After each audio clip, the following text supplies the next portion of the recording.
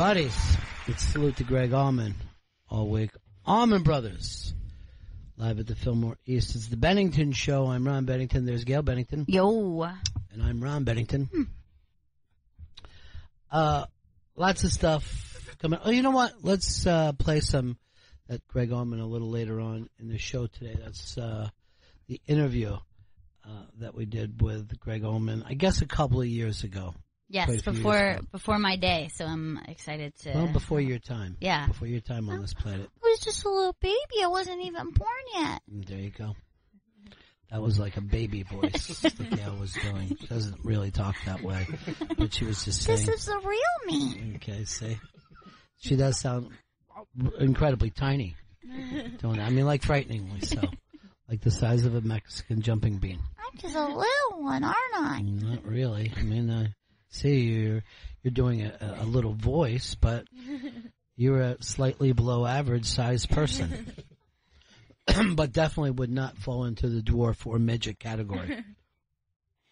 Then why am I so tiny then? You're not tiny. It's just a tiny voice. That's all. Some people can have little small voices and be of average size. And I met a little person who was a blues singer.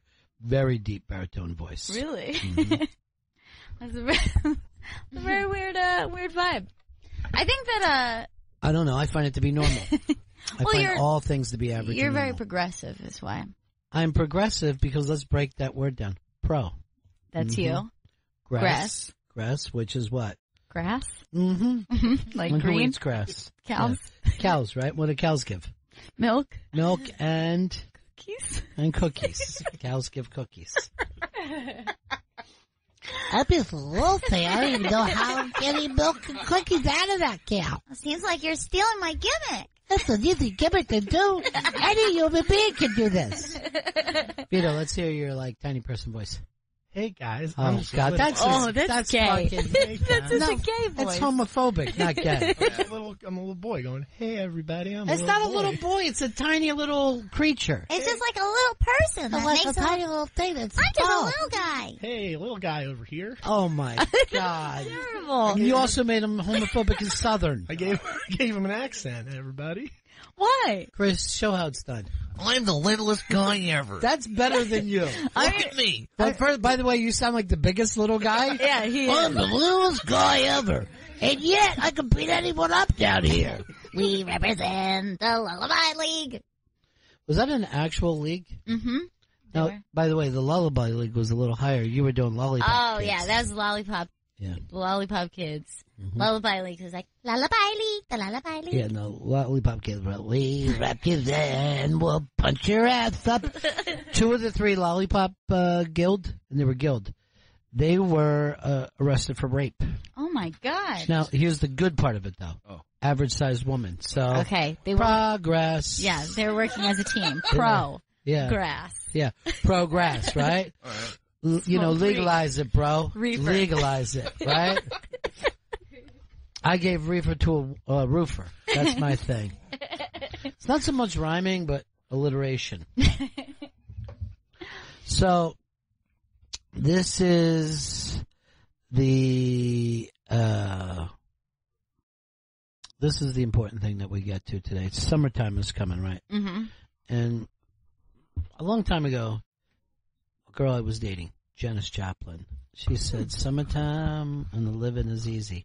And I go, why, Janis? Why is living so easy? And she said, big summer movies. And this was, I didn't realize that's what that was about. Yeah, that's what that song's about. Jaws is jumping. So, Vito, you're a summer movie guy, right? Yes. You're a summer movie gay at the end of the day. I guess I mean, if you could be gay for something, what would it be? It would be summer movies. Is this homophobic if you say someone's gay for something? Yeah, I think it is, but I can't break myself of it. Like, I'm so gay for this. Because it means, to me, it just means it's turned you. What is something, what if there's something that you feel like you're gay for? I'm so gay for, I'm so gay for drag culture. You love drag culture. Turns this me is gay. easy for me. I'm gay for Cherry Garcia. I'm gay for it. Yeah. I'm actually in a male romantic love fest with Cherry Garcia. And Chris Stanley is gay for black cock. That's his thing. That's your thing. But it's got to be BBC, right? Right. Well, White's not going to do it for me, Ron. I understand. Doesn't do it for us. Doesn't even do it for us at all. Oh, believe me, we all feel this way. Yeah. Vito, I think we talked for you. Now, what's that? 15 till Greg Allman. He passed away, right? I'm more. Vito, you have 15. Give us the summer movie list. All right. So. All right, he just says. Because I'm gay for summer movies. Good. We've already went through the month of May, and there's some good movies that came out in May already. Who cares? All right. So. let's look forward to June. Yeah. Now, this is up on the iBank This today? is up on the iBank. Because you never say. And it's under comedy movies of summer 2017, the complete list so far. So, in June, right off the bat, we got 2 movies coming out on Friday, which is tomorrow. Jesus, stop fucking taking so long. So, tell us what's happening. Well, we got a big movie coming out for people from my generation. Would you just tell us what it is? Captain Underpants is the first movie with a crazy comedy cast and the voiceover roles. You got Kevin Hart.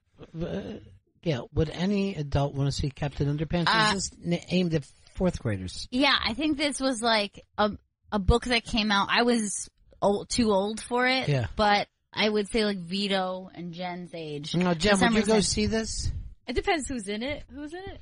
So you got Kevin Hart, Ed Helms, Nick Kroll. But by the way, none of them are in it.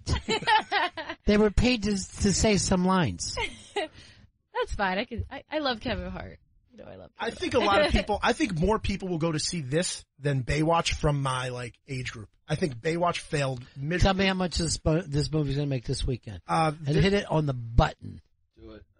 $31 million. $31 million for Captain Underpants. Because those kids' cartoons go big because people have little kids and they just sit there next to them while they watch it. Doesn't mean that anybody enjoys them, including the children. And the only thing going against them is I don't think it might be trouble with little kids going to see a movie that they're not even the fan of. Like, it's my generation that likes these movies. Right. So, and you're not old enough to have kids. I'm not old enough to have kids. He is old enough to have kids. He's just chosen not to. Not with his maturity level. No. That has nothing to do with age, though. That's a whole different thing.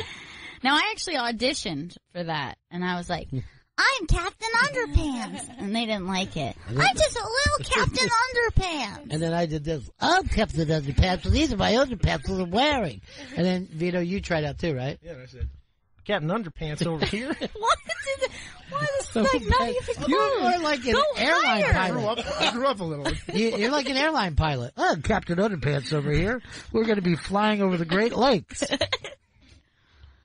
Who's Captain Underpants' friends? What do you mean? Like he interacts with people, right? He interacts with children. So I think one of them is named Harold. It's uncomfortable. There's no other cartoons in this? It's all cartoons. In the story. God. He has super diaper babies out there. Professor Toilet Bowl. All you had to say was Professor Toilet Bowl. That's what we're trying to get We were talking about this yesterday. This is Scatman Crothers. This is the shit and scat fantasies of youngsters. Yes, young people love poop. Oh yeah, we grew up on it. Ew, you were raised on shit. We drew dicks, we drew shit. You didn't do any of those things. You were a good boy, Vito. All right, this sounds like a terrible. I made a huge mistake in making you in charge of the list. You want to hand it over to somebody else? No, I'm doing. You pick somebody who would be able to do this list better than you. But You're sweating now. I'm sweating tremendously. You're so close to that light. I'm sweating the most. That's a good point. Everybody's under the same light. I'm fine, man. I'm getting direct contact from this light. It's a lie. It's a lie. So, also this weekend, Dean is coming out. Oh, I've seen Dean. You guys would like it. It's the story of a young hipster whose mother dies, and he breaks up with his girl, and he tries to interact with his dad. To me, the saddest part of all is how tough it is to see the father getting along with the kid once the mom dies. Aww, it's almost impossible. But Dimitri Martin directed this. We've got him on tomorrow. And I'll say this, I'm very impressed that he could do this. that a guy could go from being a comic Yeah. to writing, directing, producing, and starring in their own movie. It's very hard to do. Because it's like one of those things where I think anybody who's creative has like a couple things in mind. It's rare to just be like, I'm creative but only about this one thing. But it's so hard to convince the rest of the world, like, no, I really can. And I can do this other stuff. The It Girl is in this movie, the girl who starred in... Gillian Jacobs? Yeah. And she is the It Girl of this generation right now. Yes. She is, she is like... And all you got to do is look at her while she's on screen, and you're like, I can see why she's the It Girl. She's always great. She's kind of like our manic pixie dream girl. Like, except for she's like harder. You know what I mean? Mm-hmm. Like she's got like a little bit more of an edge. You're correct. All right, so another movie coming out this month that it looks really promising. It has a crazy cast. Is Rough Night. It's that all-female movie. It's about a bachelorette party with Scarlett Johansson, Kate McKinnon. What has happened is the guys' gross out movies have now become the girls' gross out movies. Now here's a weird thing. This is coming out this weekend, and this weekend I'm going on a bachelorette trip with a bunch of ladies. Yeah, don't get crazy. Well, like, I'm gonna send Vito with you. I'll be your bodyguard in the background. But this movie has Alana Glazer from Broad City. Love her. And she's expected to break out. Kate McKinnon's doing an Australian accent in this movie, which is really, I've never, like, you don't see that a lot where like an American just does a random accent for no reason. Well, you tell that to Russell Crowe. Because that kid, seriously, he's from Pittsburgh. I'm glad that we're taking back some of those roles because we lost so many. Back. We lost so many. Yeah. I know. The Australians are coming in. We're like, guess what? We're taking Australian characters. We're going to put another shrimp on the Barbie. How about that? This is why the CIA had the lead singer of In Excess murdered. Oh, my God. That was a conspiracy? What do you mean conspiracy? That's not how could that was a conspiracy? Could you imagine, like, you're calling somebody to murder somebody? Hey, you want to do a conspiracy with me? Yeah. We're going to conspiracy up together. I didn't know the CIA conspired to kill the guy from the Vito, please. Yes, but you said Vito, it get was us back on track. Just ignore. Back on track. So Michael Showalter is directing The Big Sick, which has First of all, I did not know that Michael Showalter directed this. This was big hit at Sundance, and everybody's talking about. Talk about the cast for a second. So it's Kumail Nanjiani, who's from Silicon Valley, and he's also on a show on Comedy Central with Kumail and Emily something. Like He's that. great. Yeah, he's awesome. And then you have Ray Romano, and that's like those. Everybody loves him. Everybody loves him. I mean, it's right there for you. And it's about a guy that like meets a girl. They start a relationship. They break up. She goes into a coma, and he's kind of dealing with her family. And that's why it's called The Big Sick? Yes. Sick? A coma is sick? Yeah. Now, Holly Hunter is in this movie as well. Love her. But did not know Michael Showalter was the director. I'm shocked. Because this is one of the ones I want to see. And the lead actor's name is? Kumail Nanjiani. Kumail Nanjiani. From Silicon Valley. Love him on there. Yeah. He's so funny. This has been a really good season for him, too. He may be, and like I think that there's so many good performances on that show, but I think he's my favorite of the Really? cast. Do you know one of the cast isn't coming back next year? Yes, I just heard. Mm-hmm. Well. Teach. Yeah. And another good movie coming out the next week after that, June 28th. Just keep saying good movie coming out. Just fucking jump. Edgar Wright's movie, Baby Driver. Want to see this. I've loved everything that Edgar Wright has done. This trailer looked so good that I'm like, I don't want to see anything else. I'm not going to rewatch the trailer to remind myself what I saw. I saw the trailer, done. I don't want to read anything about it. I'm in. Let me tell you this, though. I feel like you could watch the movie once and still want to rewatch it because that's where Edgar Wright's films are. Yeah. But I was in an Unmasked with Simon Pegg, and I told him, I go, your movies, a lot of times, you know, I'm watching them 4 or 5 before I really get it. And he's going like this. So you don't like them on first viewing. You don't get them. I go, no, there's so much layered stuff. And he's like this. But there's still stuff to enjoy just on the first viewing. I had to think to myself, I'm like, no, there isn't. No, there is, of course. But isn't that already such a isn't that a compliment to say I would? Well, he had a movie coming out, so he was nervous that people are going to wait until they could rewatch it. But I'd be psyched to find out anyone watched my movie 5 times. Like that's a huge compliment. But Edgar Who else is in this movie, or doesn't it matter? No, there's a lot of good names. Kevin Spacey, John Hamm, and Jamie Foxx are in it. And John Hamm is not one of those things makes me want to go out to the movies. Really? Ham does. Edgar Rice. Edgar Rice is the Edgar Rice. Is that his Right. name? Right. Edgar Rice wrote fucking Tarzan. Edgar Wright, to me, is one of the guys, and there's only a couple of them of this generation. I'll go see every movie they do. I'm going to put him over with my Wes Anderson and my Paul Thomas Anderson thing of, you don't have to tell me a thing. Did you make the movie? I'm showing up for you. I'm going to be there for you as a fan. And a lot of you guys don't realize this. Fan is short for fanatical. Oh. Okay, and that's what I am. So I know you're not interested in kids movies anymore, but then don't tell me about it. No, but this one, there's an interesting thing with Despicable Me 3 is that Trey Parker is voicing a character in this movie, and he's never really done somebody else's work before. I've never seen Despicable 1 or 2. Well, there's a lot of Minions, so that's it. One of the bigger comedies of the summer is going to be The House with Will Ferrell and Amy Poehler. Now, this is where they turn their house into a casino. Yeah. Now, let me just say this. That's a silly premise. It's going to be a silly movie. Yeah. They will not take the heat that Amy Schumer took on her movie that people are like, oh, I couldn't even believe it for a second. It's a fucking summer comedy. Right. There's no way anyone middle-aged people turn their house into a casino. And yet, the people be just like, well, it's a fun show.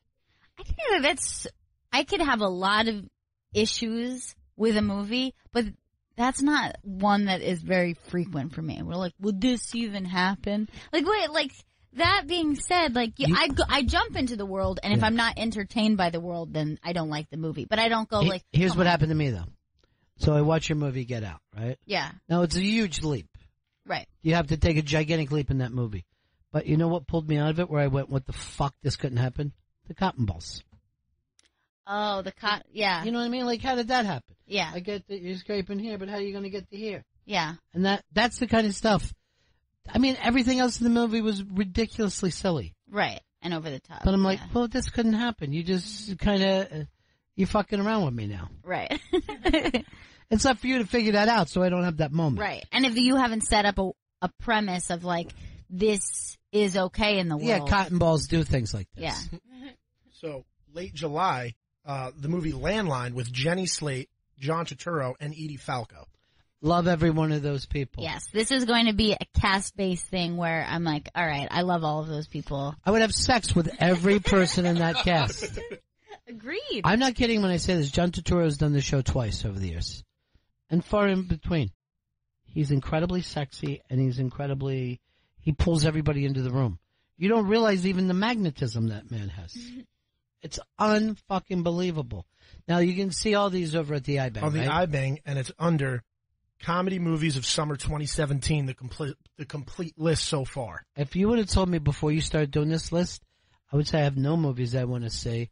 I've at least picked 3, right? Yes. At least got 3. It looks like there's a lot of good comedies coming out this summer, and even The Lonely Island is doing a movie with Kyle Mooney from SNL. I do like Kyle Mooney. It's called Brigsby Bear. And I just saw for the first time that movie Popstar that came out 2 years ago that everybody hated. And I thought it was a lot better than it got any credit for. What was Popstar? It was the story of like a pop star. Yeah, he played like a Bieber character. He played a boy band guy right. who went solo and then, did all the, it was like making a mockumentary. Right. Yeah. And it was like Hot, if you liked Hot Rod, you'd like Popstar. But so I'm always in to see what. Hot Rod? Hot Rod was his first one? Yeah, Hot Rod was his first, movie? Andy Samberg's first movie. Mm. Well, there's not enough people who saw that for you to go, if you like this, you like that. You gotta wait until you make a Star Wars.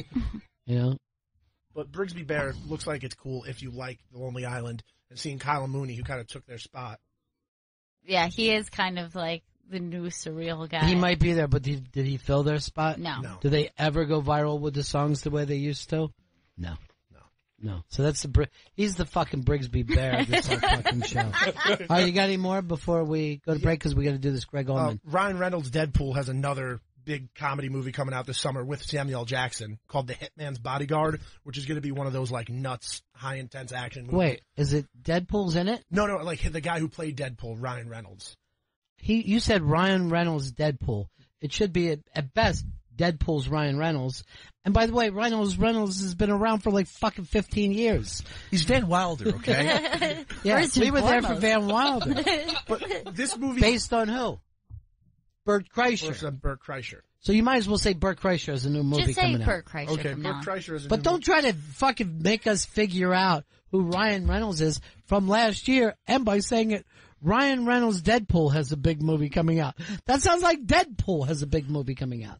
I shouldn't have bunched What would those you have words. said? I should have said Deadpool star Ryan Reynolds. Yes. Or you could just say Ryan Or Reynolds. just I Ryan think we Reynolds. established that. Or Bert Kreischer. Well, I wanted to give it. Or Van. Life didn't do that well his last movie, so I was trying to give him a little boost. Wait, what was his last movie? His movie Life was like on an alien spaceship, and I never even heard of yeah, this. it came out like 2 months ago. Nobody saw it. I Oh never my even god, heard I of have it. no idea what this is. Yeah, because It's like the fucking Brigsby Bear of this whole thing. well, the Hitman's Bodyguard is him and Samuel L. Jackson, Ugh. and it's going to be one of those like Deadpool type movies where there's bullets flying everywhere. But is he mutant? Bullets. That sounds violent. Well, that's Deadpool. Deadpool is not happening. God damn it! Don't bring up Deadpool. That offends me. But the Hitman's Bodyguard, action comedy, Hitman's Bodyguard is And- more like. Hit man? Gary Oldman and Salma Hayek. What about them? They're in the Hitman's Okay, you're Bodyguard. just saying so you're just hot. showing her name out. I want you to see the Hitman's Bodyguard. So Body, not body positive. Oh my he can god. be body positive. I know. Really? Because they look very thin to me. Oh god, they're shaming everyone. They're shaming me. Samuel Jackson's gained a little weight. Now you're body shaming Oh Samuel no, I Jackson. shouldn't have done that. Yeah, you never say Piece of that. shit. I'm fat. I hope he hears this. Yeah, Samuel L. Jackson has gained weight. He's about 140 right now. Vito just in a panic just yells, I'm fat. I just meant he's gained weight since Die Hard with a Vengeance. What? Why are you bringing up the wrong movies? That's I, coming out anything this else to summer. promote before we move on? Those are the main movies you should see again. Oh, there's also a movie with Reese Witherspoon coming out. Called Election? Home Again. No, Home Again. Election came out a while ago. And this also has Lake Bell, Candice Bergen, Michael Sheen. So, I like all Unless these it's people Big too. Little Lies, I don't want to see it. No, what's it about? A lake bell? There's a bell in the lake somewhere? no, Lake Bell's an actress. Yeah, but do you ring it? No, she's a person. Or You know? swimming? Why didn't you say Deadpool's Lake Bell? She wasn't in Bert Deadpool. Kreischer? You fucked this up. I fucked up. What is this movie about, dude?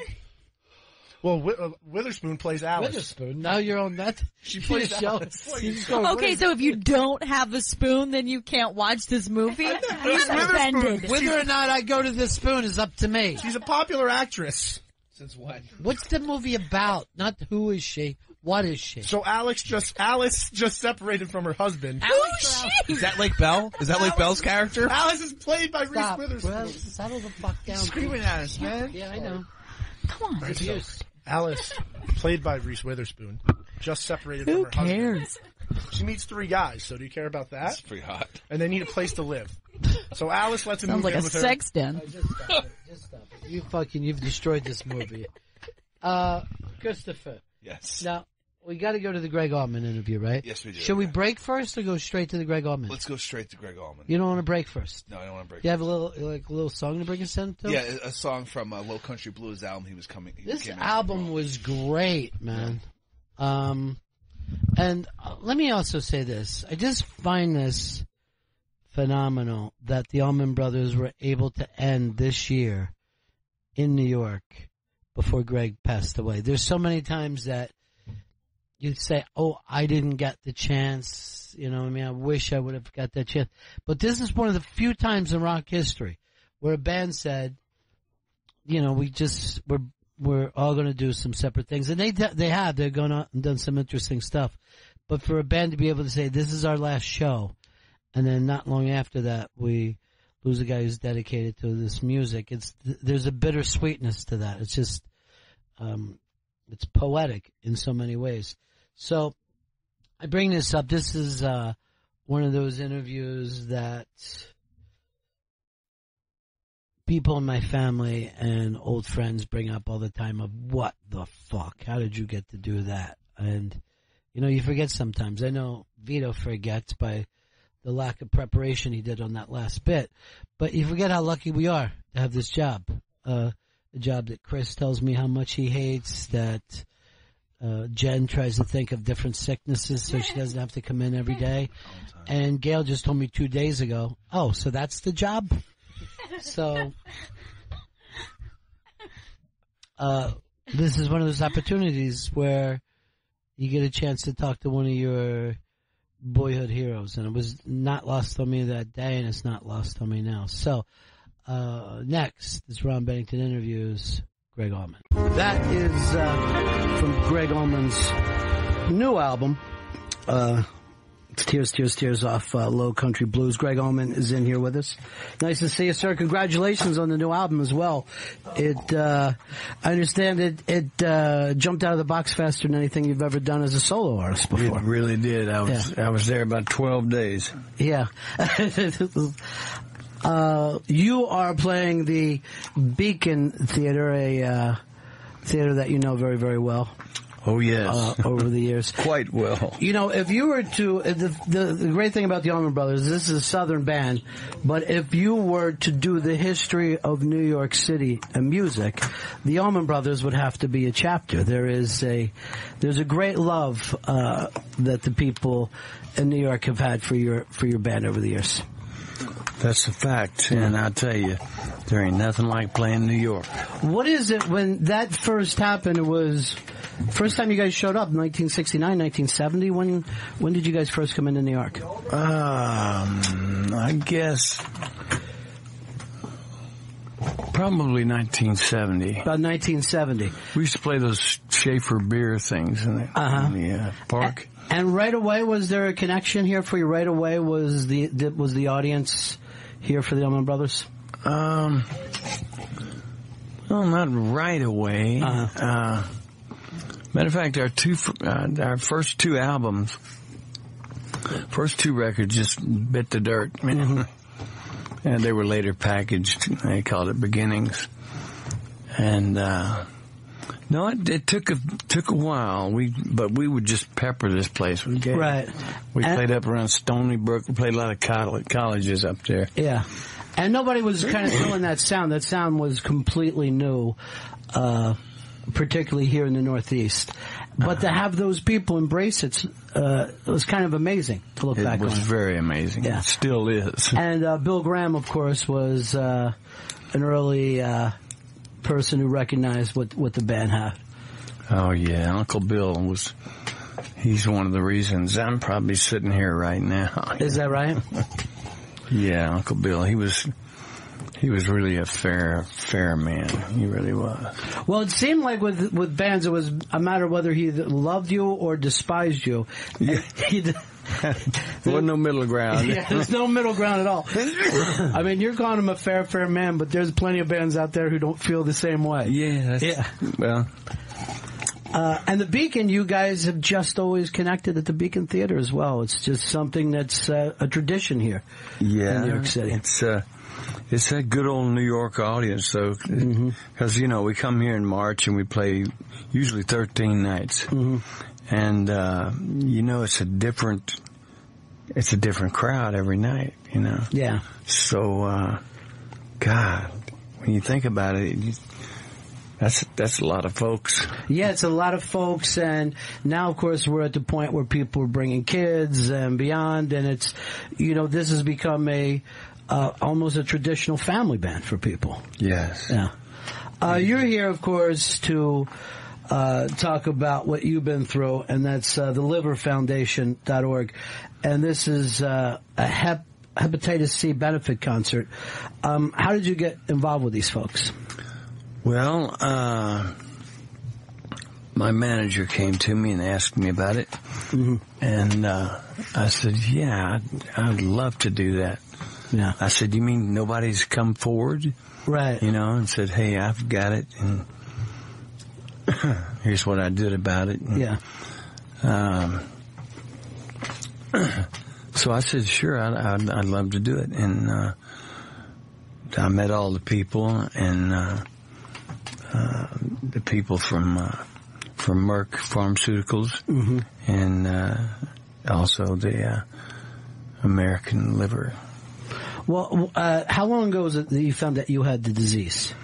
I was diagnosed in 1999. 1999. Yes. And by the time it took for the liver transplant, how many years had passed? Let me see. 11. 11 years, yeah. So basically, yours came from just. But I'd had the virus since probably my 20s. It's something that affects you immediately, but it just doesn't show up. It's something that. Well, no, it doesn't affect you. I mean, there are no symptoms until. By the time you have symptoms, you're well into it. Right. So one of the things that you want to do is have people checked early on, because you have a much better chance of dealing it through the medication. Absolutely. Than what you went through, which is a full liver transplant, which... Right. Well, I went through the treatment too. Yeah. But it came back. Right. Was it a matter that you'd waited too long, though, before you started getting the treatment? Was it much longer? I believe so. My liver had gotten a little cirrhotic. And... then later on, before I got the liver transplant, they would check me regular. You know, I'd take biopsies and all this stuff. And they said, you've got a tumor on your liver, and it's cancerous. So I got cancer out of the whole deal. And they said, we're going to put you on the cancer list. I mean, on the liver list. Yeah. And I thought, wow, that's great. I didn't think it deep enough on that one. Yeah. Yeah. Instead of being deathly afraid to go down there, I went down there playing music, and because it's in Jacksonville, Florida. Right. That's where the Mayo Clinic is, and I live in Savannah, Georgia. And so it's like 2 hours and 20 minutes from their doorstep to mine, you know. So I'd go down there, and they said, all right, on February 17th of 2010, I got put on the liver list. And we'd cut this record before I went in for the transplant, and it was a good thing, because knowing that you have, I mean, it's a great feeling knowing that you have a good record in the can. Sure. I mean, that in itself probably helped me to heal as much as anything. And you did this record with T-Bone, and it is it's a perfect blues record. I mean, it's obviously throughout your life you've heard the term "our greatest white blues singer," but this, I think, is the great way to showcase that, the production that he did with it, and just the sound of this record. He's incredible. Yeah. It's so much to be proud of and to be happy with, particularly at this stage of your career. But in the meantime, here's this dark cloud hanging there. And you're saying you just kind of ignored it and went, I'm just going to, play music. You said you really didn't have the fear of this operation that you probably should have had. Well, not really. It's, I mean, like the doctor told me, it's good that you're going in there nice and happy. Yeah. Well, when I woke up, though, it's the most surgery a human can get at one sitting. Mm. So even living through that, there's times that you were kind of wishing, hey, this might be more than I can even bear. Many times. Yeah. And now here you are playing music again. I mean, it's an amazing thing about the spirit and what the human body can do as well. Right. That you can pull back from that, and you're back on the road. That's right. Yeah. Do you feel that the music plays kind of a healing role in your life as far as that goes, stuff? Oh, yes. Yeah. Yes. As somebody said a long time ago, music soothes the savage beast. Yeah. And it does. Well, that was something I think that attracted people to the Allman Brothers early on, and you don't really quite understand it as an audience, but the band has always been able, I think through improvisation and all, take an audience to a more spiritual place. Are you aware of that on stage? I mean, do you feel it as well? Are you connected to the audience with that kind of feeling? Oh, yes. Yeah. Yes. They let you know it. Yeah. It just kind of emanates up to you, you know. Well, most of the stuff that I guess the reason that you got hepatitis C is through living hard, I guess, right? I mean, it was through... No, there's no real way of knowing how you got it. Yeah. You know, drinking certainly, in the 80s, the 80s were kind of strange, man, music-wise. Right.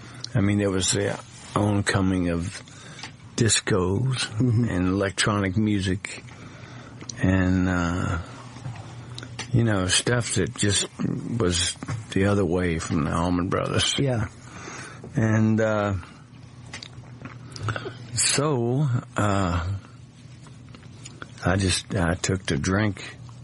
Did you almost felt like in this music, in this thing, now there doesn't seem to be a place for us for a little while? Did you kind of lose your way? Yeah, I did. Yeah. Through the 80s. And when did you reconnect with the music? When did you feel like, all right, now I know what we're going to do? Well, actually, the brothers split up and got back together in 89.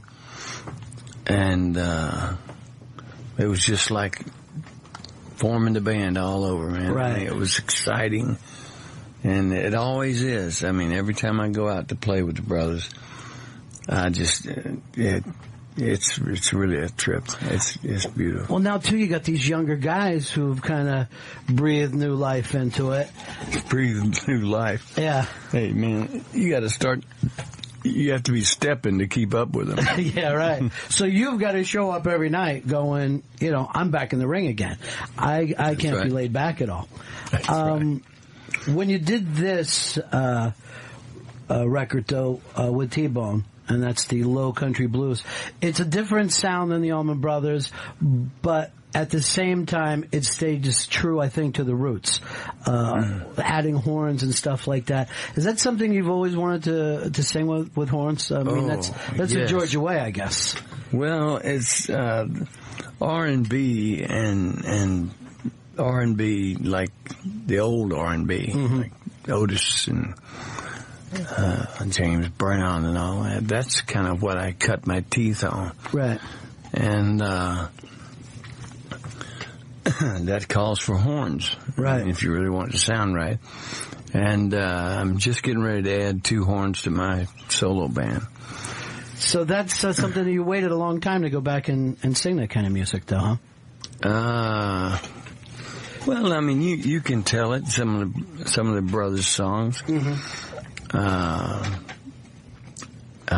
still do some of them in my show, in the solo thing. But I guess growing up in Daytona Beach at that time, Florida was the other side of the world from where a lot of music was being done. It must have been tough for you guys even to find music to listen to on the radio or whatever. Well, to find the music like we like to listen to and play, you just about have to go to. You remember it was that part of town, right? Right. And we just had, we had this. I had. He's still with me. Mr. Floyd Miles. He. I made. He was playing at it. We all played on this. Have you ever been to Daytona? Sure. I know Daytona. The pier that goes out. All right, Main Street, and then then there's a big house out there. Right. That's the Ocean Pier Casino. That's where my first gigs were. Yeah. Well, Daytona is so much different than such beach towns too. It gets a little funkier at night. It's they still do bike week and stuff down there. Yeah. So it is a different kind of beach town than most people would think of as a beach town. But like you said, that you guys would go to the other part of town. That's, I think, the great thing about what your music did is in the strangest way, it brought like black people and white people together without really discussing it. It wasn't a political thing. It was about the music and whatever vibe that you get, Right. And you guys have been able to play in and out of that. So right as a little kid, though, were other adults thinking it was a little strange that you and Dwayne were into music that was being played by black people?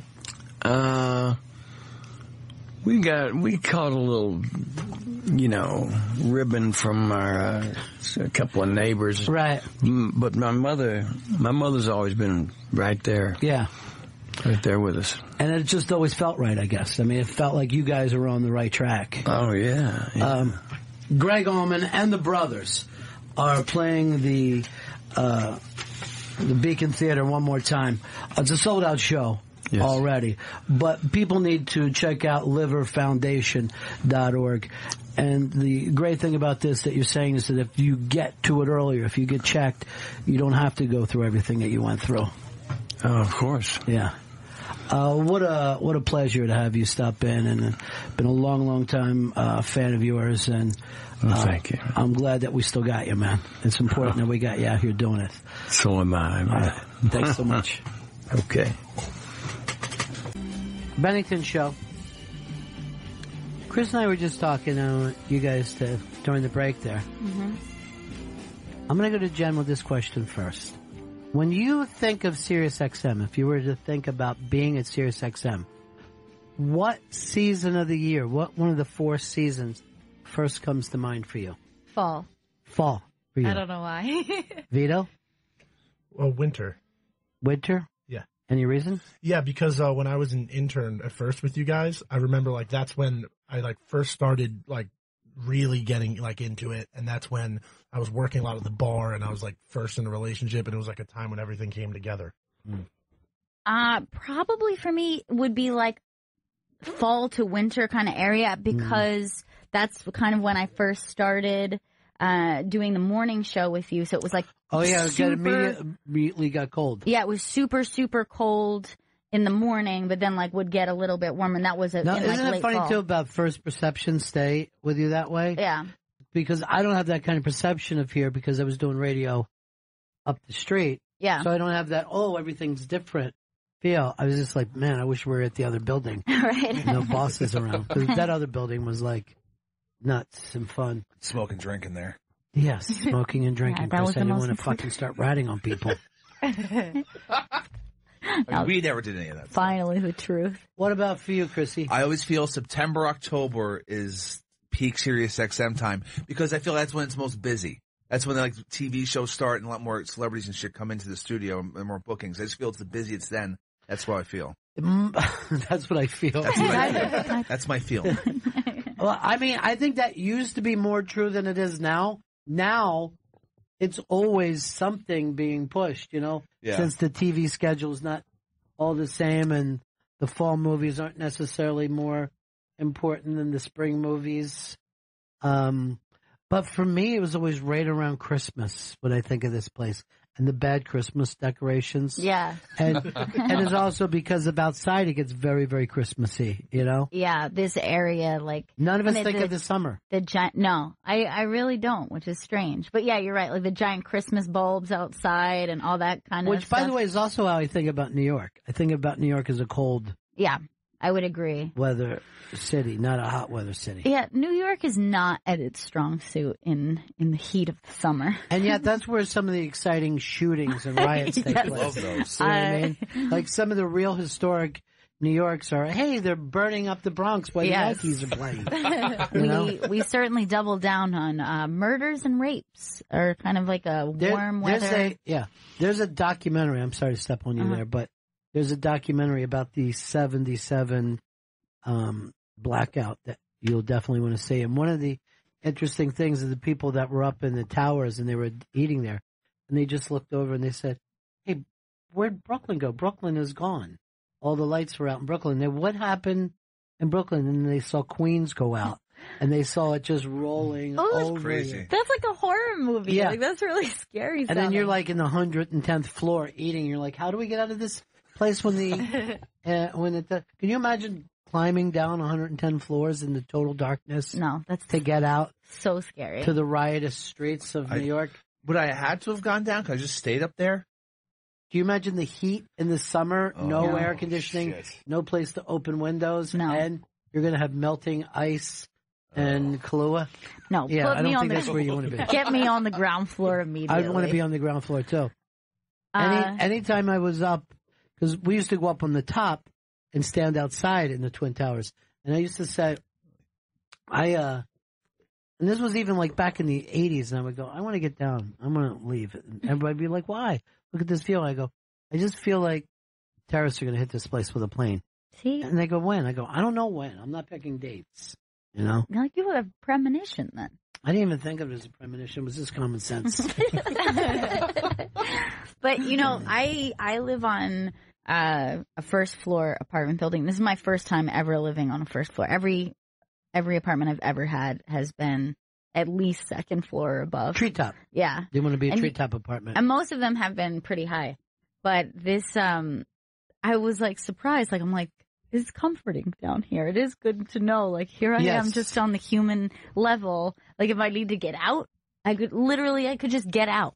And you're also closer to where people can stab you. That's right.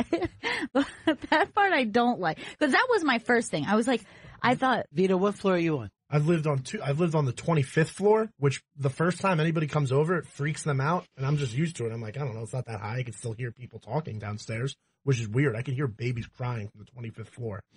And then, guess who has superpowers, everybody? Congratulations. You're trying to up his premonition is really what it is. And then I lived for a year in a basement apartment. So, like, you know when you're walking by brownstones and stuff and you see the little Laverne window? Shirley, yeah. I had that apartment for a year. And that was really weird going. Did you ever see up any dresses? No, they did that marbleization of my window so I couldn't see out. Did you see up any pant legs? Mm-hmm. No. See any cool dicks? That's way far. I don't know what got me thinking about that, but there's just a conversation that Chris and I were having during the, as he calls it, breaky wakey. Yeah. Love a breaky wig. That's what we call it. You guys really have gotten closer now that Chris is back to smoking. It is true. And I really feel like I've been cut out of this. You're on the outside. You really do. You're on the outside like with like a weirdo, like a Jen or a Vito. I know. And like I had a good year where I was like smoking my e-cig and I was like, feel like really in the thick of it. I was like, Chris really fucked up by dropping out of these smoke breaks. Yeah, right. I mean, a lot of decisions get made, a lot of good brainstorming, and now I'm the fucking chump. Because I'll be out there and like this. I was just thinking we got to fire Vito. You know what I mean? Just during this smoke. Yeah, Yeah. Those are the kind of things that happen. I think Chris doing great. We should. We should You're both. right, boss. Let's pull the trigger. Fire him. Pull the trigger. You know, that's what happens in the mob, that you would like, you're better off being the guy who drives, you know what I mean? Yeah. The Godfather around, because, you know, you're always hearing what's going on. And you see him every day. Right. And you become the guy just by default by being around. You're the guy. You're just like if you stand around enough, you're one of the guys. Then you're like this. You know, at the end of the night, you're dropping off the Godfather. He's like, okay, Christopher, have a good night. Let me know if you need anything. The other guys don't get that little moment. You know, the non-smokers don't get that moment. Oh, yeah. I mean, when I quit smoking, I actually felt like when I quit smoking cigarettes. Not weed. I may not still smoke that reefer. I felt like a very weird thing because there is a strange camaraderie. Even if you're not like a social smoker, even if you don't feel the need to talk, even if you're just like the kind of dude you're just like not give a head nod, like we're both out here, we're standing out here in the cold. I have always felt like there is a certain personality type who are smokers. Because you have a personality type that you have grown up knowing this was bad for you, and you've decided you don't care. No one's smoking and going, oh my God, this isn't good for you? This isn't good for your body? I had no idea. So it's like a certain personality type who feels the need to remove themselves from the social situation, go outside, and then participate in an act that we all know is bad for us. By the way, do you think that we agreed to going outside to do this? We used to own the fucking world. We would be smoking right now. I remember when I had my comedy club in the 80s and 90s, people smoked so much at that club that when I would watch a comedian on stage, smoke would be coming out of his mouth because he was breathing it in. Holy shit. And while he was smoking, that's how much secondhand smoke. Oh my gosh, that's really bizarre. Yeah, it's weird. Like, I still feel weird that there's no smoking in bars. Even when I had quit and I was like, I guess it's good because I'm not being tempted as much, I still thought it was bullshit. Like, I still would prefer bars and music venues. Music venues too. Like, I movie just theaters, like that nurseries, nurseries, hospitals. I remember I saw Guided by Voices, and now I'm forgetting what venue it was at, but this was years ago just before the smoking ban. And the lead singer was singing, and he had like beer in like this part of his finger, you know, when you put the neck of the beer bottle like this, mic like this, and smoking a cigarette like in between between lyrics. And I remember just being like, this guy's pretty cool. And when the smoking ban happened, I was like, so you're not going to see a weird moment like that where like the lead singer of a band is smoking a cigarette while on stage and singing. I saw Tom Waits smoking so much that there was just like a smokestack going all the way up above his head. Just smoking, and I never saw anyone in my life that inhaled from their belly button the way Tom Waits did. But I also remember people going like this. They ain't going to ban smoking on an airplane. You're too nervous. You need a cigarette on an airplane. You know? Yeah. And people were like, yeah, you're right. They're never going to do it. I remember people saying, they're trying to ban us smoking in the elevators. Like, now I got to put out my fucking cigarette before I get on an elevator. That's never going to happen. Everyone's like, yeah, it's never going to happen. I'm not sure if it went through, but I know my college, like, one of the things that they said was, like, a campus-wide ban was going to happen where, you know, they had certain places you could live that if you weren't a smoker and you didn't want to be around smoke, you could. Every building is going to be. Yeah, but, you know, if you smoked, you could smoke in your apartment. Fun fact about SUNY Purchase, the Big House Dorm was the last government building in New York to allow smoking. Really? That is a fun fact. And then it's now a little more. But I'm really shocked so much by fun. that. I'm shocked by that also. Yeah. That's the last one? Yeah, in New York State. I like these restaurants to do this, like no smoking within 15 feet of the front door, and you're like, well, you don't own the fucking sidewalk. That's not your decision. That's your request. That's a fucking request. But it's the same way if you put up something like no black people within 15 feet. You can't fucking do that. I don't know how we got into the smoking thing because you guys had your little break. because I had spent 2 minutes with my Chrissy Wissy, That's it. and I everyone got else jealous. jealous. I really hate when he gets his good boy points. Love a good boy point. You said good twice in a row. Good point. Good. good. Let's let Vito come up with a topic. That fucking Really? seriously. Oh, Mr. Beats. Yeah. I'm sure it's got something to do with Italians and making cheese or whatever. Whatever the fuck is important to you. Well, I've been watching Cheers and Frasier, as you all know. So Nonstop. cool. Now, you doing that with a time machine or how you doing this? Netflix, I've just decided I'm going to like the way people watch movies for the first time and rewatch movies, I go through TV shows like that. So I will watch a movie from a TV show from episode 1 all the way to the last episode. And Cheers is the best because basically they get 22 seasons of this universe. Can I tell you something? You're always telling me you don't have enough time to get to fucking producing something I asked for. And you're willing to fucking binge watch 80s sitcoms. Do you understand why everybody wants you out of here now? I just have it on in the background. And they're short 22-minute episodes. You don't have to pay too much attention. The other day you called me Sam Mayday Malone, and you called Chris Coach.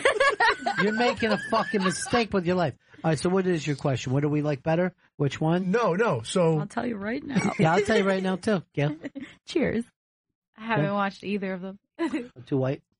It might be. Frasier. that's too late. I don't care. I'm back and forth on that as well. I think Frasier is a really good show, but I'm picking Cheers. But it's close. Yeah. Closer than it should be. I was also really attracted to Daphne, but she was pretty hot. Daphne is hot. The dad was funny. The fucking brother was hilarious. And I like he was a radio host also. I like that part. Yes. Go ahead. I'm listening. Looks like a shitty show, though. I do like the scenes at the radio station. What was the girl's name? Roz. She Roz. was fucking. Yeah, I like pretty Roz, hot. too. Yeah. That was great. And then what was the brother? Niles? Niles. Yeah. Niles. And neither one of them ever said they were gay. They Yeah. were just like, oh my God. Why wasn't Niles gay? Like, Niles was clearly gay, but then he loved Daphne. He or loved something? Daphne. Yeah, He just that's wasn't right. gay. He was effeminate. Right. In real life, very gay. But then we'll still play straight characters. And don't forget the dog. And from what I, the dog was fucking best. And the dad was gay in real life, I think. What? Yeah, the dad's gay. No, he is not.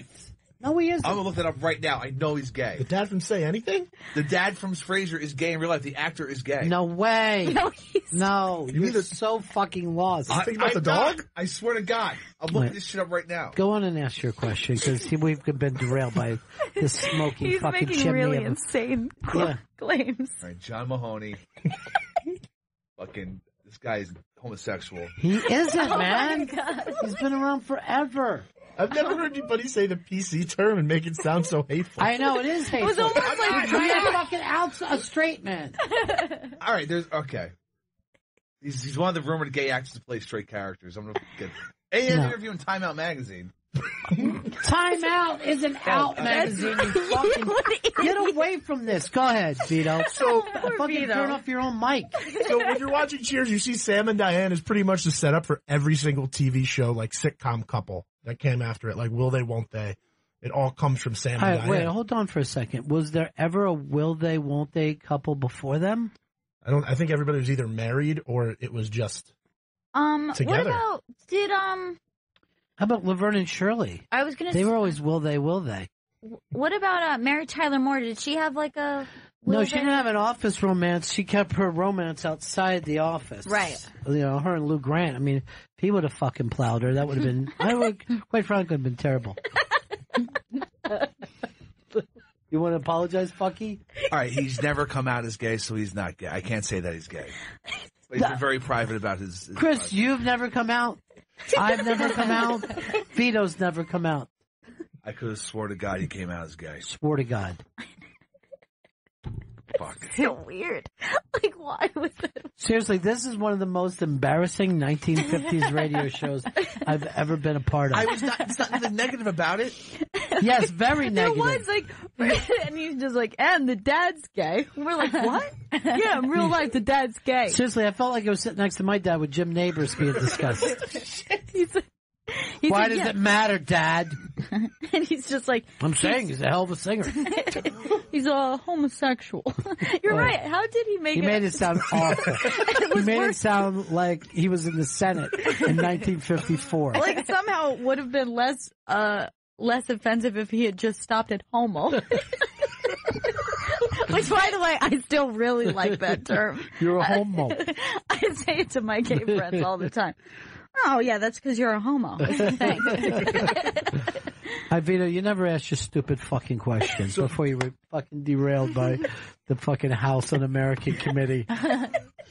Would you say that Sam and Diane are the most iconic TV couple of all time? No, not even close. Really? Because I thought like the way that I don't even like Diane.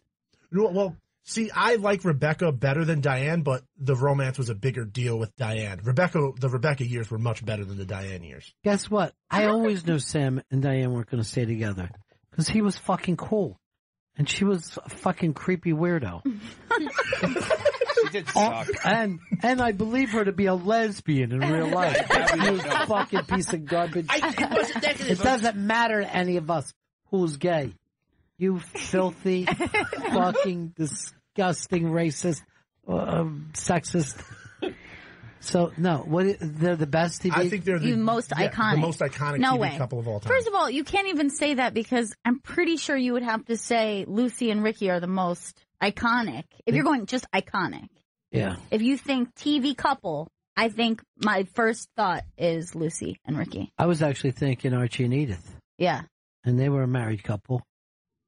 But the thing about Sam and Diane is just like look at all these other TV shows that took this plot point and use What the other same fucking TV show? Well, like Friends built a whole fucking yeah, and series Friends around sucks. it. There's nothing to fucking brag about. You know what I Okay, mean? so Like, now you're saying Ross is the most iconic TV. Just Ross alone. I hear he's gay from 2 fucking friends of mine. He's a known homosexual. Seriously, you're like doing a fucking radio show with Jagger Hoover. If Hoover was fucking stupid and addicted to gambling and drugs and alcohol. Who was it that, I wish I could remember who it was, but I think it was Tom Segura has a joke about his dad just claiming a random actor was gay. It was, Oh, yeah. it was the guy from The Fugitive. Tommy Lee Jones. He said that he just passed this rumor on because his dad had said it so confidently. And then when he went back and said he's not homosexual, his dad just goes, oh. It's like, I thought he was. He had just always been going on. He thought he was. This is like being raised by fucking Chris Daniel. You're John Mahoney. Oh my God. I always felt that George Clooney and Juliana Margulies from ER were a great on-screen couple. I mean, that was a drama, but they were great. Well, it can be a drama, but I'm going to be honest with you. I only saw one ER, and that's when they went live. Oh, yeah. They went live. What about your favorite show? Would it be Jim Halpert? And that's a will they won't they, right? I prefer Beasley and the sound guy if they ever would have fucking had sex, which really annoyed the shit out of me that last season. She should have cheated on Jim. Why? It would have been great. It would have made something interesting within the last 6 seasons of the fucking show. I wanted him to bang Pam so badly. Who is this guy? Now, I didn't watch the show that religiously. Who is this guy you wanted to rail, Pam? He was a sound man on the documentary. That's all. So the last 6 episodes of the fucking series, they actually say, oh, the documentary is actually coming out. And so the sound guy, it's revealed, is like a relationship with Pam, and they make you think she's going to sleep with him because she's like on the rocks with Jim because Jim wants to fucking go to fucking start athlete in Philadelphia. He was talking about Philly, like it was a place people would want to move to. Honey, we could go to Philly. Really? Not just Camden, but Philly? So they made you think she was going to sleep with the sound guy because he was like a shoulder to cry on because she was all pissed at Jim. But it never happened. Yeah, you find out like the whole series that the sound guy had been like best friends with everybody on the show. And that he was like, everybody would talk to him and tell him their problems. Like you found out that the documentary. Who played the sound guy? Anyone? Was it Russ from Silicon Valley? It's, Russ from Silicon Valley, the 3 comma guy, like the really dickish Oh, VC. shit. I didn't realize that until you said it right now. And then it fucking came together. I dropped the coffee cup. Whoa.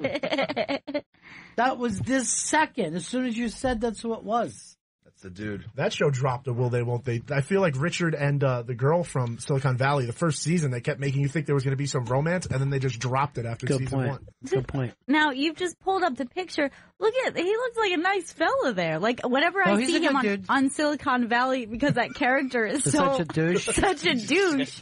It was like, when you said it, I was like, how would they make him likable where you would think Pam would be with him? Oh, that character, that just. But maybe Pam wanted some bad dick in her life. You know what I mean? You don't want to fuck good boys. But he also saved her from getting beat up by one of the factory workers was actually going to beat up Pam, and he stopped. Dude, this show got weird. I honestly, I dropped off many seasons before. I'm going to bring one up to Chris. And because I know that you and your mom would enjoy daytime TV, Luke and Laura. Oh. Luke and Laura, you have never seen people. I don't know if more people talked in their life than they did about Luke and Laura. And this is how fucked up late 70s, early 80s was. Luke raped Laura, right?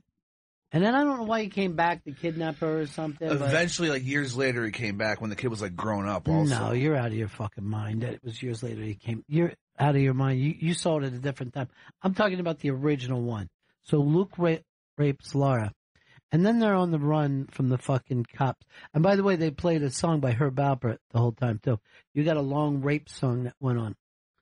So then they're on the wrong one, and then they fall in love with each other, and then Laura says, I did kind of want to do it that day. I'm glad, Oh my God, that's so offensive. That's so horrible. And America at the time just watched like this. We knew it. They all wanted it. Because that was the time of sexual assaults. That is so weird. As a song played. Yeah, this is the song that he boned her to. This was a rape to this song? See if you can find. Just put Luke and Laura. Oh, this is so gross. This is so And then we creepy. were like dancing along with it. You guys are from a fucked up time. Luke rapes Laura at campus disco. Yeah, the campus disco was a disco that he... So she was in school? Yeah. I mean, you see her, she's almost... I mean, she's playing old at 19. She probably would have been about fucking 11 or 12. Oh, Jesus, he's in there. Oh, God. I don't like this at all. You can see that he's a super disco guy. Yeah, look at his hair. Yeah. Is he fucked up? Yeah, he's whack. What's he so sad about? Luke? He's a good actor. Yeah. As you can see, he doesn't overact. Yeah. Go away, Laura. Get out of here. I can't go away and leave you like this. Go home, Laura, Go please. home or get raped. No, I It's up to you. won't. I'm a monster. Laura, Your run. husband will be waiting for you. Oh, yeah, I forgot Scotty. Luke. Luke. Don't you think maybe you feel like talking about it, you know? I mean, He could always I'm get a really rapey. good listener. No, thank you. You look about like I feel. That hair is pretty weird. Get it, stop, move it, stop in the fucking rape, please. Look, you're gonna have this. Luke? How come you're crying?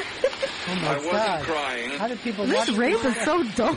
I mean, this is one of the dullest rapes I've ever seen. I understand. No, you wouldn't.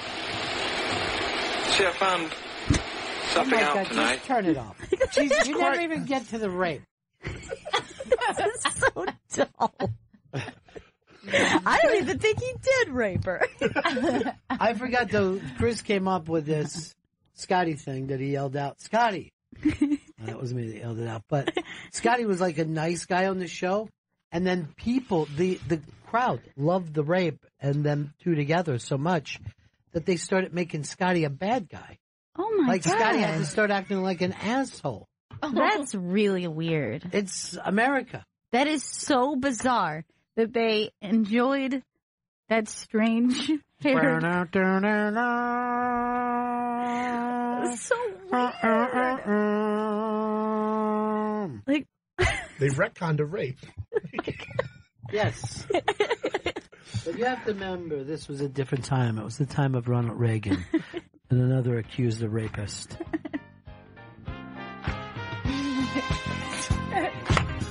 And then when you would hear this song in a club, you would pantomime rape with each other. The girls were like,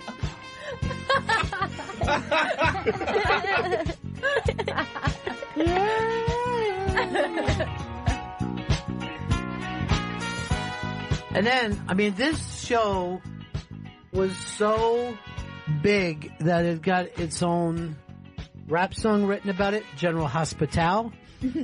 Christopher Cross had another hit song, Think of Laura, that raged up the tracks. They got a rock star to agree at his peak right after Jesse's Girl, Rick Springfield became on the show as a doctor. I mean, it was massive. Richard Simmons went on there as himself, getting people to work out, and all because of a lucky rape.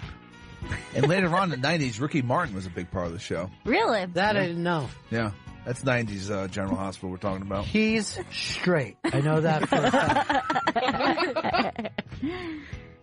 How embarrassing is it for you to find Look, yourself screaming out something like that? I mean, attempting to out someone in 2017. It's not. Like, it's if not the man nice. is gay, doesn't change the way we feel about him at all. No. Why it would matter to you what box he signed surprises me.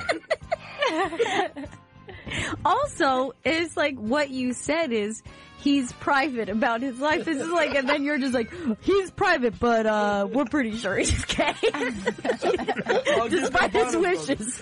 I want to tell you. I'm going to go over his house tonight, go through his trash cans, see if I can't find some old gay porno mags in there. You're disgusting. You're disgusting.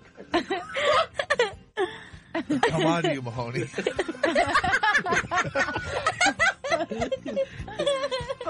John Mahoney looks at it at night, and he just sees a guy in a fucking trench coat, right? The fucking cigarette across the street, watching, always watching. Dick fuck. All right, want to take that break now? Yeah. Chris, smoky spoke time. Let's get a schmecky schmeck. Let's do it. I'll stay here. Right back, Bennington. Ooh, it's the Bennington Show. Vito, who keeps trying to, I see that you keep losing a guy with a Reservoir Dogs question. He wanted to know I know what he wanted to know, but why does he keep dropping off? I don't know. Because I watched Reservoir Dogs last night, and I imagine that he did. That's how people start to get curious about Reservoir Dogs again. That was a mistake on my end, but it's taken care of. How's it a mistake? There was an issue with the button, but it's all good now. You say it's all good, but his call was dropped, and out of all the calls, that was the one I was interested in. So, what have you taken care of? Him? The it's button. like he's the nice. The button isn't taken care of, Vito. The fact is this.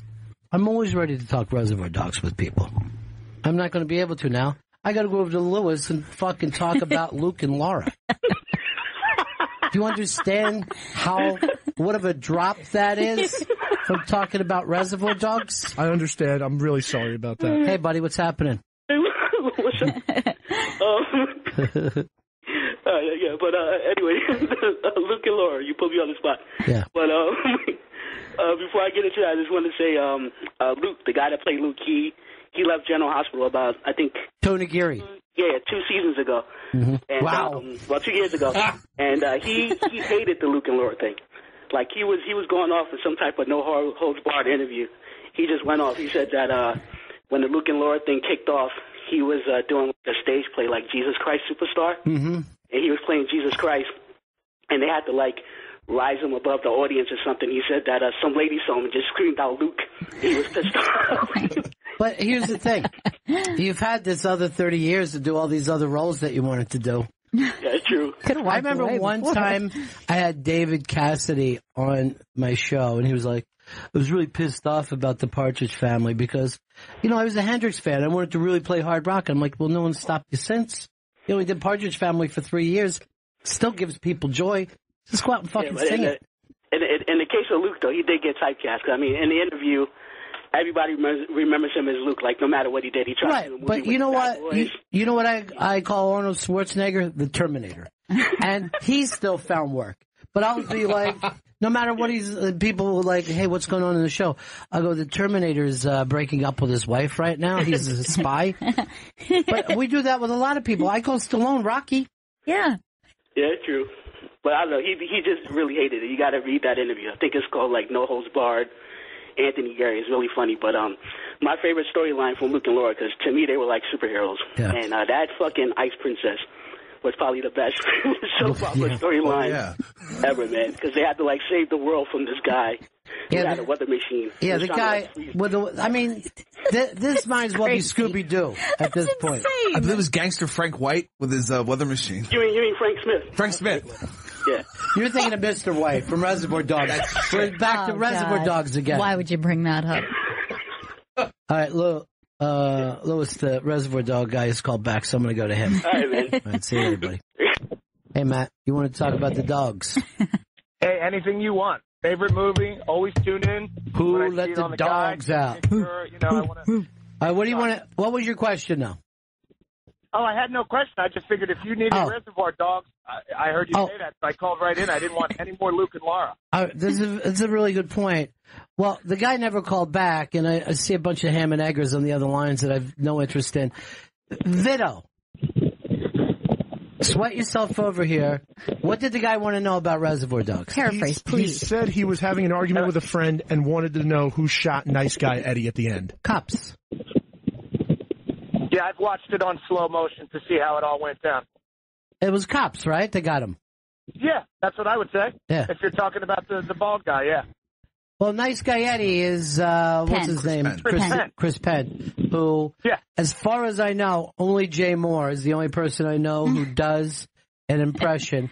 And then Jay Moore will use that like a rat, like I'm a baby, and he'll put a rattle in front of me. And I'm just like, yeah! Every time I'm fucking happy. My daddy! If I could do impressions, I'd never even come out of my house. I would sit around and do that. By the way, I always thought that White shoots Joe and Eddie. Like, what? I just thought White shot Joe and Eddie. Why would he? I thought he was fast. Didn't they just want to get out?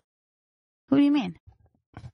Didn't the cops come in at the end of this fucking thing? You hear all the... No, you hear them outside. You hear the cops kill Pink. I was fucking thinking of Pink. Yeah. All right, so who was all pointing at who at the end of Reservoir Dogs? Joe pointing at... And it was Joe and Chris Penn and Mr... and Carvey Keitel. Yeah, Joe shoots... Harvey Keitel. Joe shoots Dana orange. Carvey. It was Dana Carvey, Keitel. Joe shoots orange. Mm-hmm. And then White Eddie shoots... Joe. White definitely shoots Joe. So maybe Orange got him from the floor? Maybe. No, I got to go back and watch this. I just think White's see fast. with Matt. Sorry, buddy. Yeah, go ahead. Who got Nice Guy Eddie? Harvey Keitel's character. Both. So he got Joe and him. Correct. He got them both. Okay. You know what? You're going into a pretty good prize closet. For backing us up. Here I am bitching about stuff, but I got fucking confused with Pink when he went out. Yeah, Pink is shooting. Pink which is was outside. a great ending, in my opinion. Yeah. I mean, that fucking movie is basically a play. There's only two fucking things.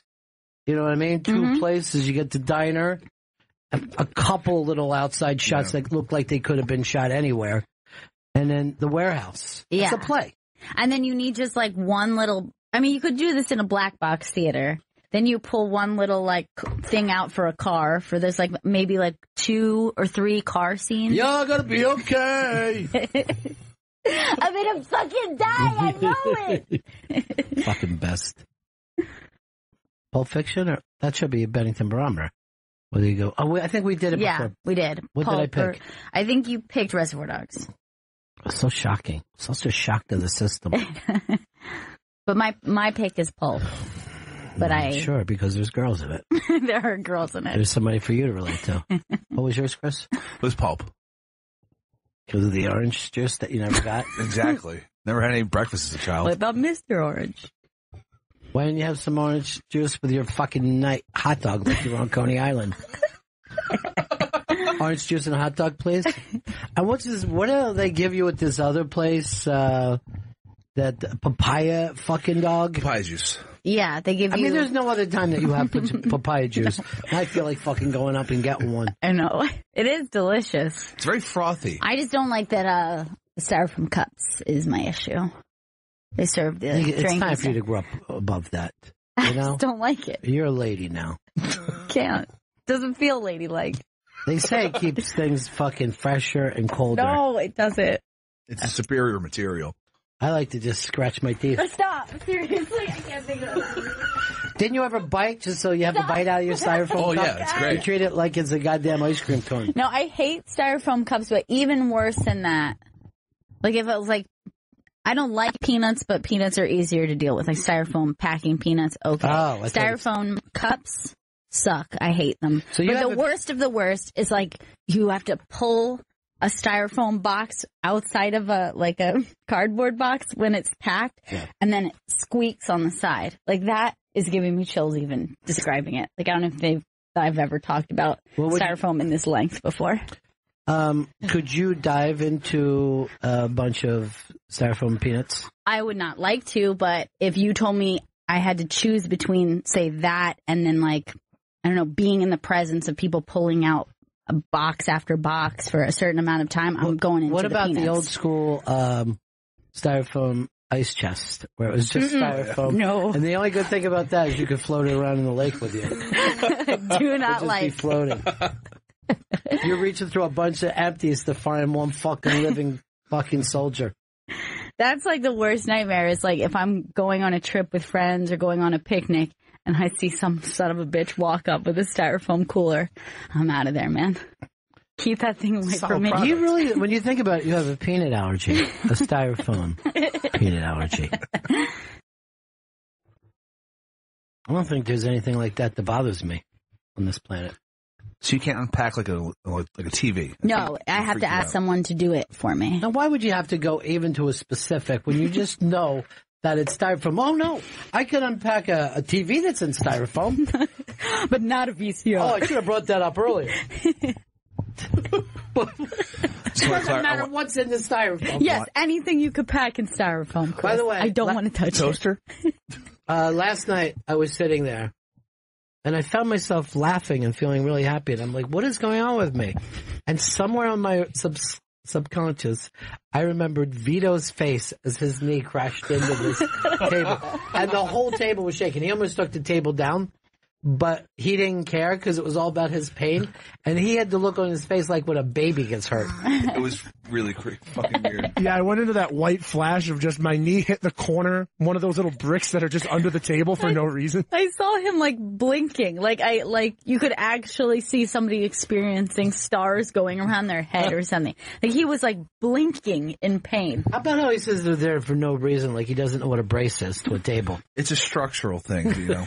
And I did not care about Vito at all. I just cared about the table going down. Oh yeah, he thought that if this whole table would go down, and then Opie would have to figure out where he was going to do his show from because the entire table was down because of Vito, I would have been as happy as could be. Yeah, it felt like an earthquake the second I hit it. I heard rumbling, but I was just too focused on myself. No, you were not. All of us immediately went to try to steady the table. Like, oh shit. And you were just holding your knee. You did not care. A selfish move on my part. And whatever, you know? Pain's pain, buddy. Pain's pain. Take the pain. I got a song stuck in my head from this Boston fucking GPS, and it's not a song. Give it over, Chris. Oh, God damn it. My fidget spinner. But you don't fucking need it. Look, this is spinning without you. Oh, God. It's so satisfying to hold it and spin it. I will throw these away. Vito, I'm blaming you on this, though. That Chris won't stop spinning. I can't stop spinning, Ron. Yeah, but I see you with the straw. It's just whatever thing you have. You're an OCD weirdo. Like, this isn't any more fun to him than a straw. You guys got any straws? Well, the thing about you with the straw is just how nasty and ugly you've chewed that straw. Oh, I chew it the fuck up. Like bar we ought to just bring him in with a dog bone. Just get a dog bone from the Nolan. And you know, he's back at it again, really sticking stuff in the ear. I saw him yesterday in the office with the knife in his ear again. Yeah, I got a new knife. Yeah, he got a brand new knife, and it went right in the ear. Why do you get the tiniest little knives? I didn't fit in my pocket. I know, but what are you going to do with this? You can't kill anybody with it. I'm sure I could kill someone with it. A child, maybe. Well, a child was stabbed today. I'll call up. I know who did it. Oh, call 311. Yours is an emergency. Hope it doesn't come to that. I love seeing people fucking call 311. It happens all the time on my street. They'll just fucking call and talk about parking spaces with them. It's got to be a worse job to be an operator for that. Yeah, it's got to be so annoying. I had to call once not too long ago because I watched like a box truck hit a light, a traffic light, and it came crashing. And then it was like hanging in the middle of the street, like any car could hit it. So everyone was swerving around. I was like, I don't know if this is an emergency. If I'm going to call 911. So I called 311 and they're just like, yeah, we'll get to it. And I'm like, I'm not sure this is the best. You're at the bottom of the list. I saw one of those things come down, I think, in a storm in Florida. And I mean, it would have killed anyone when it landed. I mean, it came down so fucking hard. The only thing I can compare it to, did you ever watch a movie and it's a stage and the stage light fell? Yeah. There was always a thing about loosening a stage light in movies. Last night, North Jersey got hit with monster hail that was like this big. Really? It was like getting hit with ice cubes. So big. Wow, that's weird. Like that close. And I would not have expected there was like a hailstorm that close to us. Yeah, I don't even think we got rain here last night, did we? No. I don't think so. Who are you picking to win basketball championship? Give me the Heat. Not the Heat, the Cavaliers. Jesus Christ. I'll tell you what. I'll bet you $1 million against your $40 that the Heat won't win this one. Fucking Cavs, I bet. Wherever LeBron is, they're the Heat. He just had such a great run there. So many championships. But yeah, give me the Cavs. What is he, about 500 with his championships, though? Like, he gets to the game, and he wins some, and he loses some, and it's, you know, that's why when you get into that Michael Jordan or him, I don't know, dude. I didn't see Michael walking away going, fuck, we almost won. It's all or nothing. I'm doing it. I know. Stuck in my head. Stuck in my mouth-foul head. Hey, who's our on mass tomorrow? That is Dimitri Martin at 2 p.m. Nice. For his new film, Dean. Dean, you're young and alive. You guys haven't seen it yet, right? Mm-mm. No. I think you're going to like it because it's about your hipster generation. That's us. That's even though I know that he's 41. He's a 41-year-old comic. Yeah, it's not even a cartoonist. He's a comic guy. I don't even think there's a job in that anymore. Just drawing. Just like an illustrator. Like a one-panel comic for a newspaper. I don't know if that exists. That's how I learned how to read, is the comic page. Yeah. And I'm like, this fucking looks amazing. Let's see what the name of it is. BC. Okay. Got that? God, it's so far. But I remember, like, I would just take the paper over to my dad all the time, like, oh, what is the joke to this? And my dad would be like, those things are stupid. Here's a sports page. Try to figure that out. Box scores was my second. I went from comic to box scores. Just trying to figure out everything that happened in a baseball game. You could have used the helmet page. I would have loved the helmet page. Did not have one. Nothing better. BC was still funny when I was a kid. I liked all the comics except for Family Circus. Just really made me mad. They had no punchline. There was no punchline. It was just a circle of unfunny statements. I'll tell you something else that it's considered the place to get your thing on. It's never funny. The New Yorker. Oh, yeah. Box. And you can't understand it at all. It's just weirdness. Yeah. Is it the same artist or is it different artists? No, it's different. There's a documentary about it that it's so hard to get in there, and certain people that they look at hundreds before they pick the one unfunny. They're like, I think this is the least funny out of all these. And then they get together. What's Johnny doing? Don't know. Hard Rock Johnny just walked by with Roland. Couldn't tell the difference. That would kill him. That would kill both of them. No, don't worry about it. Tell Veets to come in here. What a nut. Don't go following Johnny down the hall. Leave him alone. He's trying to get a cooking show on the radio, which is better than TV on the radio. You guys should see this. And the smell. Boom. Just hold the mic up while you're searing something. Hear that? Sounds good. I like to keep my grill hot. I never thought of that. That's so smart. You keep the grill hot, and then it just... You can have some fun with it, you know? Put a salad in a hat. They're always acting like... For this nice big basketball game, we cut a basket in half, filled it with mashed potatoes. They're always thinking, like, I don't want to go to, just because we're watching football, I don't want to eat chips out of a fucking helmet. But how else could you enjoy them? And the chip is just, and the helmet's just a block of cheese, so eat that when you're done. And then they have, like, stands with the food in the middle, and they're always like, looks so delicious, I can't even eat it. No, it doesn't look that delicious, and I also don't want to eat it. It's not pretty, it's not delicious. It's something for fucking a-holes. We're going to play the Bennington barometer, but I told you I got feedback that Dale Dudley was I'll just say he just felt bad that his partner was getting all the love. But, Bob did invent Bennington Barometer. Yeah, I mean, it is the truth. Yeah. I mean, that's how it was explained to us. Yeah, and Dale was there at the time. Right. If it was a joint effort, it wasn't made clear. No, it definitely wasn't. And I know you guys had seats far away from the stage. You can see. And then, in all honesty, Bob was the one who turned around and go, to me, meeting you is one thing, but Chris Stanley is here? I know. It's like meeting a Beatle. I'm like, what, the fucking idiot drug addict Beatle? What Beatle is that? Meeting Pete Best? He's like meeting an actual Beatle. Were you thinking to yourself, oh shit, Ron is not going to like that. His ego. I was taken aback. Was nice. Did you even talk to him, or you treat him like everybody else? Just like a weirdo? You just act like a weirdo for 5 minutes? I believe he had some niceties after the show. Niceties? Niceties. Nice titties? Oh, what the fuck? What are you? You know what? What? He just fucking cracked the code. You're gay for Bob. We got you, dude. Yeah. I'm not gay. I'm a straight man. I'm not gay. First of all, to be a straight man, you'd actually have to be able to deliver a line to set up comedy. You're a comedy killer. You're like, seriously, you're like the Grim Reaper of fucking comedy. Somebody told me that when you do your podcast, what is it called, Highlander? High Society Radio.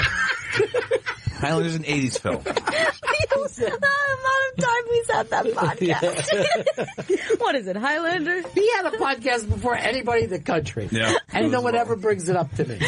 Now, I understand, though, that you use all my lines on the show. And is that true, yeah. Chris? Oh, it's not. He does, and he treats Bronx Johnny the way I treat him. Oh, like, Chris. you know I love you, Johnny.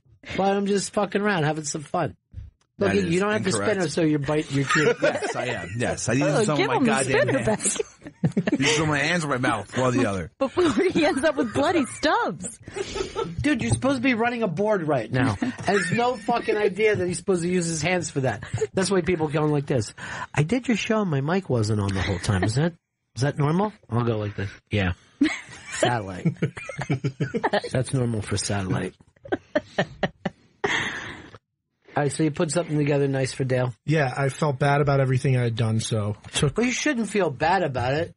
Well, I mean, there's no reason for you to feel pain, but the fact is, Dale deserves some love. So I put something together for Dale.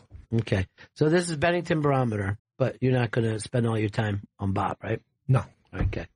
Let's take a listen. All right. Gail, you want to play? All right. So Bennington Barometer.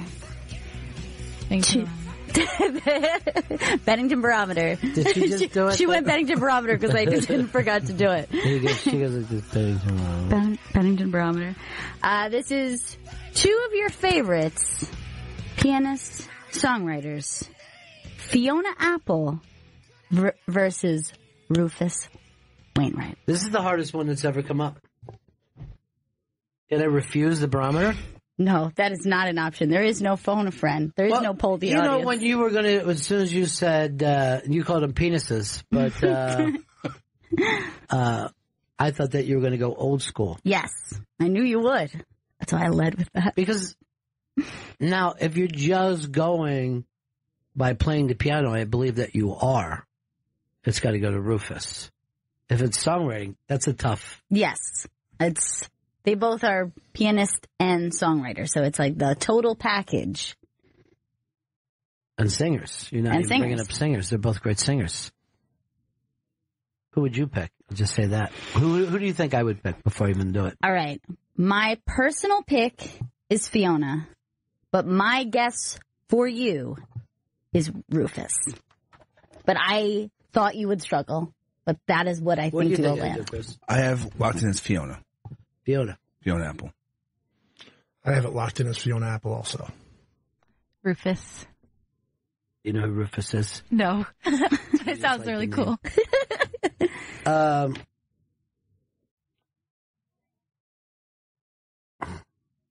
love them both so much. I think Fiona gets more love from, she had chart hits. Rufus Wainwright. Because we're going to Montreal. I thought I had it. I thought I had Fiona Apple. No, none of us did. No. Okay. Not yours. That's my fault. All right, let's do one more. All right. You want to do it? Yeah, go ahead. I have one. Yeah. Francis Ford Coppola or Martin Scorsese? Scorsese. So go ahead, Gail. What you All want right. to do? It's going to be Walter Matthau or Jack Lemmon. You think this would be tough. It's not. It's very easy for me. Mr. Jack Lemmon. I got it. You did? I had Matthau. All right. What else is in the news today, Chris? Up on the iBang, there's a picture of Emily Ratajkowski, the Blurred Lines girl. She's your favorite. She's my favorite of all time, yes. She's a little tiny. You know what I'm saying? For being like the swimsuit model. Yeah. She's a little tiny. She's very slender. A friend of hers just released an old picture of her buck naked with the ass out, and it's just fantastic. It's wonderful. It's a tiny ass, though. It's a nicely shaped ass. It's a boy. Oh, no, this is a young lady. I don't think this is from a long time ago because she gets naked now. Like the whole thing of her being naked from years ago doesn't play. Now, is that normally your type? Because, Vito, you like a curvy girl. Yeah. Are you normally like a skinny girl type, Chris? This girl's, it seems, she's trying to change me because of the ass and the breasts it's just ridiculous, her body. It doesn't seem She has great breasts for a little girl, but I wouldn't say great ass. You know what I mean? There's not a bubble butt to that. She has a regular ass. She has a smallish butt. But it's of a nice shape. Yeah, it's very well toned. But it is a small butt. I will give you. Does it just look bigger because it's a smaller girl? Yeah, that makes sense. Thinner girls tend to, if they have any boobs, people are like, "Oh, look at the rack on her." And it's like, well, not really. She's just so teeny tiny. Right. It's just perspective. Yeah, there's perspective. Yeah. That the breast, because she's, 89 pounds probably? Yeah. 89 pounds soaking wet. I know why you dig this picture, because she looks like a child here. This looks like a child. And that's your thing. No, it's not my thing. She does look very childlike. This is a bit of a Lolita pick. Do you like baby talk? No, I don't like baby talk, no. You're my Chrissy Pissy. Oh, don't. Chris! That's stop. That's Chris? fucked up. Chris, are you my baseball coach? This isn't fucking good. Chris, can you teach me how to swing and play first? No, I don't even know why I would be in a situation where Chris, a child what about was the talking hot to me. corner? What's that even mean? I want you to just look at my hot corner, Chris. What the fuck? Why would the hot corner is third base? There's no way that Chris, a lifelong Yankees fan, shouldn't know that. But I just don't like a child saying hot corner. You like jizzing on the hot corner. That's your thing. Now she also has that gap, as they say. Yeah. That is on purpose, though. Yeah. You could see her going out of her way to create the gap. She's just like, yeah, I got that gap right there. It's almost, it's almost like she's ready to fucking drop mud. That's how fucking spread out she is. She's in like a full plie there. You know, before the Blurred Lines video, she actually started on Nickelodeon. Oh, that's when you got into her? I didn't know that. It's the Blurred Lines video. Oh, Chris. She was an adult. Blurred Line is the way you are with children. I heard you saying before you knew about it for 2 years before the Blurred Lines video. This is bullshit. I like the story up on the iBank today of the guy doing The Shining. Here's Johnny fucking impression as a landlord. Look, there's a dude trying to fix his hat, looking in our window, not realizing that we can see right at him. It's so awkward. Yeah. I hate when, because usually they'll do that, and I think they're trying to get my attention. Right. So then I go in a full eye lock, and now everyone feels weird because we figure out what happened. Like, me? You fixing your hat for me? Hi. What's your name? Is he a superstar? I don't recognize him. He's acting like it. He's like pointing at the camera. They all, he's not. Look, a lot of those guys, like, you don't have to be successful to acting in the hip hop world. You'll come in with a full posse, video crew, and they're like, "We hope to make a record next year." And like, what? Got a documentary crew with me. That's like Paperboy famous. Where you're like, I got my song on the radio. I'm a pretty big local hit. Yeah. It's almost like the opposite. Like the ones that look more low key and like they're not rich are the ones that are actually have the money. The ones like that with all the bling, they don't have it. Now, Paperboy, got to get that Paperboy, is from the TV show Atlanta. Now, his sidekick was in that Get Out movie. Yeah. And he's great in both. Yeah, he's so good on Atlanta.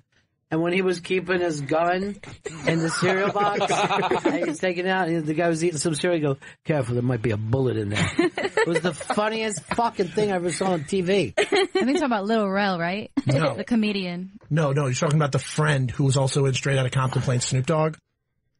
Well, I didn't know that he was that. Yeah, that's him, and he's also the guy that went on stage when Silicon Valley won an award. He popped up on stage and he goes, "Hey, we want to thank you all for watching Silicon Valley." The guy's everywhere. Yeah. He's the best that's ever lived. Well, the episode where he's shooting at the dog in the shooting range. Yeah. And then everybody's freaking out on him, like, what are you doing? And they're all shooting at like black people and stuff. Oh my God. Yeah, he's great. He's so fantastic on the show. But that one thing in Get Out did bother me. You know, cotton balls. If you watch it, I'm not going to do anything but cotton balls is all I'm going to say, and then you'll pick it up later. That's like your rosebud. Cotton balls. What did he mean by that? My rosebud is actually my sled. It's the only time I enjoyed life. I was sledding many, many years ago. I thought the Kofifi was going to be Trump's rosebud. We're like, what is it? Kofifi. Coming soon. Kofifi. She smells like the desert. Kofifi. Careful. Baron might be listening. I don't want him to get upset. Man, I loved so much the explanation for Kofifi's like, there are some inside people who get it. The president and a few other people understand. Don't worry about exactly what he's saying. It's code word. I'm not even going to fucking say that he ever made a mistake typing. It's code. 3 people were killed after that fucking tweet went out. It's just so funny. Why can't he just say it was a typo? I don't understand what's the problem. He doesn't make mistakes. He does everything great. Kofifi. I don't know if anything has blown up that fast that it's just that gigantic now that I almost can't even hear about it anymore. I know. It was like the morning I woke up and it was just trending. It was ridiculous. Everyone was talking. I was like, what the fuck is this Kofifi thing? Like, how did this happen in such a short amount of time? I'd show the landlord doing the Here's Johnny bit. Here it is. So I guess the person wasn't paying money. Go ahead. They weren't paying their rent.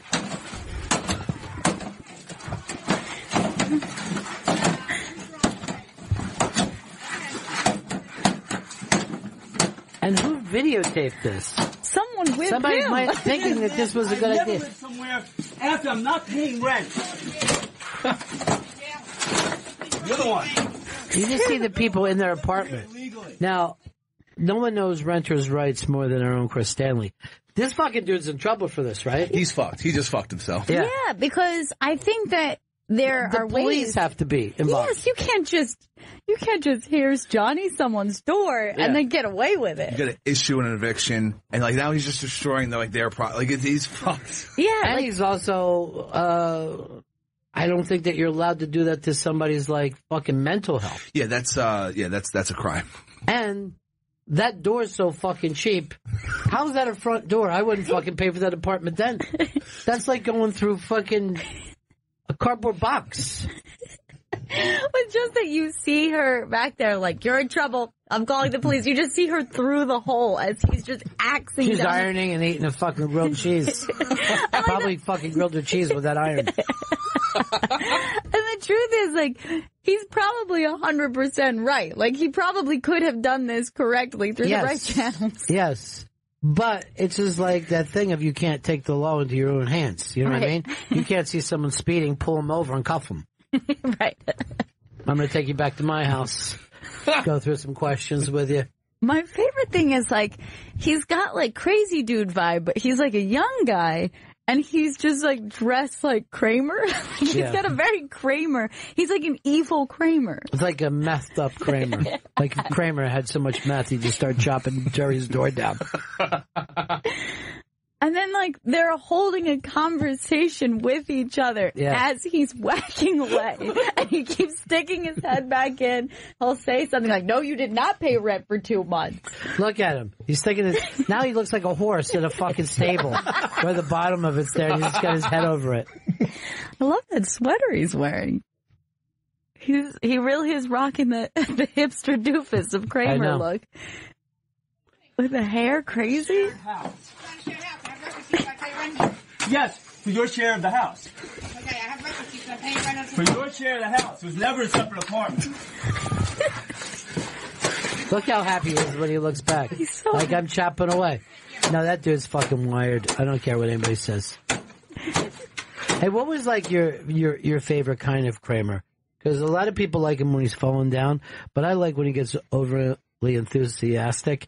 Like I'll just use Chris Stanley and I'll be like, Chris is eating, ice cream again. He's like, is Chris eating ice cream again? And Kramer will be, oh yes, he likes his frosty treats. Like he'll act like something's great. Like nodding real quickly. And when it isn't, oh yeah, he likes his frozen sweet treats. I like the suddenly freaked out Kramer that gets him like like that Kramer, like that gives him chills. That's like my favorite. It is like an instant laugh for me. I like also when Kramer thinks that he can give advice to other people, and he's over Jerry. Get a hold of yourself. Or like he'll just be like a wealth of knowledge of something Jerry never knew he knew about. Has anyone dropped off the face of the earth the way he did? But I had heard before from other people that he is insane. Really? Mm-hmm. Well, I mean, there were certainly things about that snap that you went, well, I guess no normal person could snap at that level. Like, I get why people kind of were like, okay, this is a little bit different than just a regular outburst. But it still seems like people have fucked up pretty bad and come back. Yeah, but he was caught on videotape. And also, I don't think he was ever going to be a good comic anyway. I mean, he's too fucking nuts. He's too weird. Yeah. He's just too weird. I've known people that were like trying to get projects going with him, and they're just like, oh no, he's fucking impossible to deal with. Yeah. Like you can't give him a script, you can't fucking talk to him, he's just let him loose. He's out there. He's the only guy who could kind of play that character the way he did. Like, he's such a one of a kind. Like, if you took that character and you had a different actor, like if you tried to recast Kramer, right? Who would you even attempt to recast that person as? Probably use Vito. Right now, probably now. Blanky enough. Here's the thing: did you guys ever see any clips of the old Friday show, or did you ever see Kramer on VHS? No. He was like this guy, bro. Oh yeah. Well, that was the way Kramer started. When you see the original episodes, he's not the same Kramer. Yeah. He's just like the weird guy who comes over. He's low-key. Keeps his hands like Chris, keeps his hands like, what's up, And then he slowly came into that he was part of the group. But at first, he wasn't even going to be that. You know what's one I noticed recently? Early episodes, George is just like a Woody Allen impression. And eventually George turns into, like, there is still that element, but George becomes his own thing. His own thing is Larry David. Yeah. He hung around Larry David enough to go, I see, this is what we're doing. Right. But his delivery at first, kind of, he went from doing a Woody Allen impression into a Larry David impression. Yeah. And then Elaine was always Elaine. Always, like, right out the gate. One of the best. Yeah. One of the best ever. I adore her. She's so funny. But yeah, she was always, and I guess probably Jerry was coming from his perspective always the same anyway. Yeah. He was kind of moving his mouth while other people were talking, right. looking over at the camera. The smirking is like, doesn't age well. You can really catch up on those things. We're doing a show for you people. But like, he knows it. I mean, it's not like he goes around and tries to do other movies or shows. He's like, that's not my thing. I tell jokes. Right. Even then, he doesn't seem that natural, even when he's being himself. Yeah, that's true. Vito, you had a question about soundtracks. Yeah, so I was watching a movie last night, and it was a Adam Sandler movie. And it was Big Daddy, and I didn't realize how good some of the music in the movie was. And then I looked at the soundtrack, and like, Growing Up is on there. And then I'm looking at more albums that like well, movies. Here's the thing about that's just that one. Go back to any Adam Sandler, and it's fucking wall-to-wall hooks. It's where they put a lot of their budget. Yeah. And then, like, Grown Ups 2 was on the other day, and, like, at the end, like, Jay Giles' band is performing at the end of the movie, and, like, I wouldn't expect that from... You ruined it for me. I'm sorry. I have not seen Grown Ups 2 yet. Why would you just say a major band is playing at the end? I'm sorry. Well, a major band plays at the end, and it's just like, you don't expect that... You don't look at Adam Sandler as a guy who makes, like, a great soundtrack for a movie. There's a difference between making a great soundtrack and buying a bunch of things. To be a great soundtrack, does it fucking line up the way it should line up? I could go out and buy the whole Beatles catalog. Doesn't mean that it's going to be a great soundtrack, even though these are great songs. Right. So, to me, the way to fucking figure it out, and I'm not saying Sandler doesn't use it that way, but you would have to come up with cases where the music is used perfectly. Like, we were just talking about Reservoir Dogs. That fucking scene, the fact that they're talking about how great the super sounds of the 70s are. Yeah. And then the fucking music comes in and lines up. And when he's like Joey and Jerry Rafferty, and you're just like, this is so weird. And then the fucking song hits, and if you go back and watch, Michael Madsen, like, hears it and was like, oh yeah. And you can see, like, he's a dude that doesn't really know music. Right. But I remember that fucking song, and then he just starts to dance to it. To me, that's why Tarantino is brilliant. That's why Scorsese is brilliant. When you look that sometimes he'll do stuff against Wes Anderson. Yeah. That music is locked in to that. But do you ever say to yourself, I heard a song, it reminds me of exactly of an Adam Sandler. There is a song. Did you say Big Daddy is what you're watching? Yeah. To me, when Sheryl Crow does Sweet Child of Mine, I'm like, oh yeah, that's from the Adam Sandler movie. And is that but I don't remember growing up being in that movie. Is that during the montage when he's like thinking about... I thought it was at the end of at the end of the movie, where you're just like, oh, I get it now, Sweet Child of Mine, because he's Big Daddy. It's when he was, I think, going to court with Joey Lauren Adams. They started playing. And, but like the movie, I remember the first time I ever heard Garbage was on in Big Daddy. Was when he's like throwing... So you didn't have the Romeo and Juliet soundtrack? So, yes. Which when they were throwing sticks and they played When I Grow Up.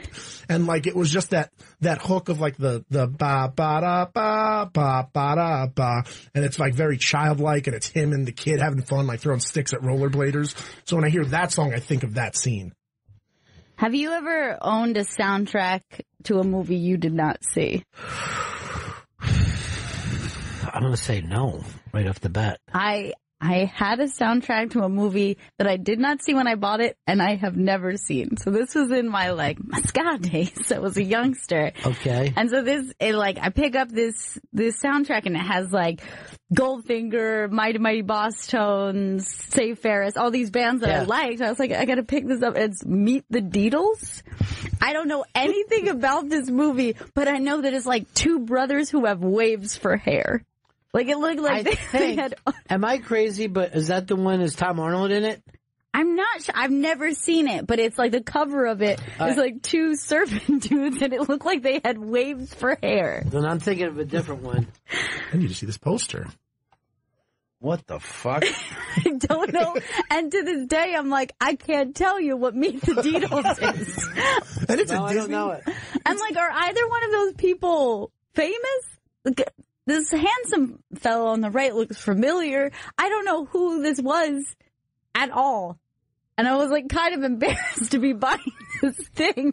But I was like, big fan of Meet the Deedles. and I'm like, and I would just look at it and just be like, what is the premise of this movie? Like, do they have waves for hair? Is that part of the movie? Like, there's other stills here. There's no waves for hair. I know this movie. They go to like Yosemite or something, and they work in like Jackson where the water geyser is. I remember this on a Disney Channel. Where the water geyser is. What a water geyser I don't remember completely, but I remember watching this movie about a water geyser on Disney Channel original movies. So Faithful is what you're trying to talk about. It's like a water geyser. Water geyser. It's like a water geyser. It's a nice water geyser movie if you like that. Yeah, Who are like the stars? The stars are Paul Walker. Paul Walker. What? Yeah, I was like, the handsome guy looks familiar. And Steve Van Wormer. This is the one that Paul Walker was killed on this movie driving. It can't be. He was driving into a water geyser. What is this? It's like a movie about a water geyser. They go to the water geyser. They're picking up trash. Dennis Hopper's also in this film. What? The great Dennis Hopper. But I was like, great soundtrack. I'll never see this movie. I don't think, from the way you're describing it, sounds like at no point do they have waves for hair. I don't know why that's on the poster of the movie. All right, from the those are geysers, I believe. Those are geysers coming out of their skulls. Get it now? No, I really don't.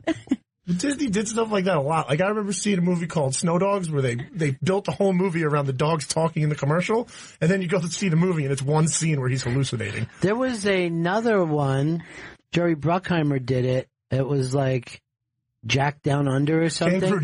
Kangaroo Jack.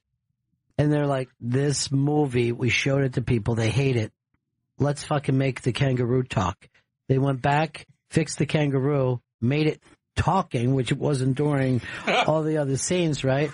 And they ended up making like $75 million, so they didn't lose money. Like, it wasn't a big hit, but it kept Bruckheimer from having a flop. Dude, but that's the thing, is like, you're an actor who signs on to a movie. Never know what's going to happen. And then you're just like, the fucking kangaroo's talking? I didn't sign up for this. You could be an actor, sign on to a movie. You go to the movie, and while you're walking, you just hear... And they just throw in extra stuff like, hi, farty. Yeah. I wasn't paid enough for that. What was Debbie Winger? Oh, Officer and a Gentleman.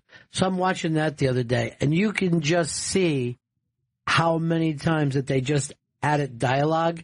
Like, all of a sudden, the guy who was like the drill sergeant would just be yelling out plot points. You better stay away from those Debs. They'll try to get pregnant on you. And you can see, like, none of that would have been in there. Was right. First of all, he would never have concerned himself with other people's social lives. You think you're good with those friends of yours, huh, Mayo? You're going to end up getting that girl pregnant. Before you know it, your friend's going to think he's pregnant, swallow a ring and kill himself. You're like, what? There's too many plot points given away when there's no close-up. Was it from the back of his head? No, sometimes the back of the head. Sometimes it's like the guy's doing drills and he's yelling stuff out. Only 2 of you are going to make it out of here. The rest of you are going to be stuck in this town like these other Debs. You'll probably end up marrying them, Mayo. He's just like, what? Your daddy was a whore master. I always think what is hilarious when you can catch ADR in movies or in TV shows. Like, if you go back and watch Arrested Development, 50% of the dialogue is ADR. It's like somebody's head turned like this, and then they're like, we need to find the yacht that disappeared. Yeah. And then you're like, it doesn't even look like that guy's talking. It looks like he's just standing there. Did I ever tell you, like, when my friend Mike was in a movie and he went there as an extra and they gave him a line, right? So this is in the movie Summer Rental. And we're all like fucking young people. So he's like, I'm going to be in the movie Summer Rental. And this was done near my house, and it was before Gail was born in Clearwater. And BL is in the movie. Mm-hmm. She's laying on a pool. So this buddy of mine, Mike, John, do you ever remember the scene where John Candy's walking through and he's stepping on people to get to the beach and he's got the thing open and getting people wet and stuff? He steps on my friend's hand, right? So he's like, yeah, I did this scene. I got it, you know.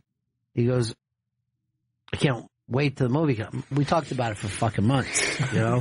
He was like literally thinking this thing could launch him. So we go, there's fucking John Candy, and we see him in the scene. Like, he's not cut out of the scene. He's seen it. So John Candy just fucking steps on him, and you see him jump up, and he goes like this. Hey, Mom, you just stepped on my hand. Some other fucking voice. And first of all, we go to see the movie like 11:30 at night, and he's in it. We don't even go, you know what I mean? Like, I don't know. I guess we were like, hey, why aren't you at the premiere? Do you ever stay in touch with those people? And they just took some fucking L.A. guy, like no one in Florida even, hey, Mom, you just stepped on my hand. And we were fucking laughing our asses off. Dude, that movie is really weird because there's another weird ADR moment in that movie. Yeah. And it's like when they're having the boat race, the regatta, and so it was like, remember there's like an Asian guy for some reason? And the Asian guy worked at the pirate seafood restaurant. Right. So they had to explain why the child wasn't on deck with them. Yeah. I guess they didn't want to shoot this boat race with a little kid. By the way, you say boat race, but the water's not even moving in those scenes. Yeah. Nothing. That's a still race. I don't know why, but they felt the need to explain, like, oh, like, the Chinese man is going to watch you under the boat. Yeah. But, like, they check in on her, and there's just this very weird, like, I'm okay, Mommy. And it's like, doesn't sound like a child. It's just a woman who dubbed that in. That is true. It's so weird. I know another guy in that movie, too. He was, he was a guy who did, like, local theater, and his only job was to come in as a waiter and act like he was fooling around with the lobsters. There was no fucking, like, whoa! So we're watching that whole movie just pointing at different people. You want me to talk about something, Chris? Yes, Tito's vodka. I'm glad you brought it up, because you know how much we love Tito's, going down, running in Austin, hanging out with Beth from Tito's. Well, I want to tell people that Tito's Handmade Vodka is America's original craft vodka, 1995 Tito beverage. I think that's his real name. It is. Oh, yeah? Mm-hmm. So he had wanted to start a micro distillery, just this tiny, literally microscopic distillery was his idea for that. So he acquires the first legal permit to distill in Texas. There was nobody else into it. Life savings went into it, racked up 19 credit cards, built his own copper pot, stills, and condensers. And since then, this is the interesting part of the story, 95 rating by wine enthusiasts. I think the highest you can go is 100.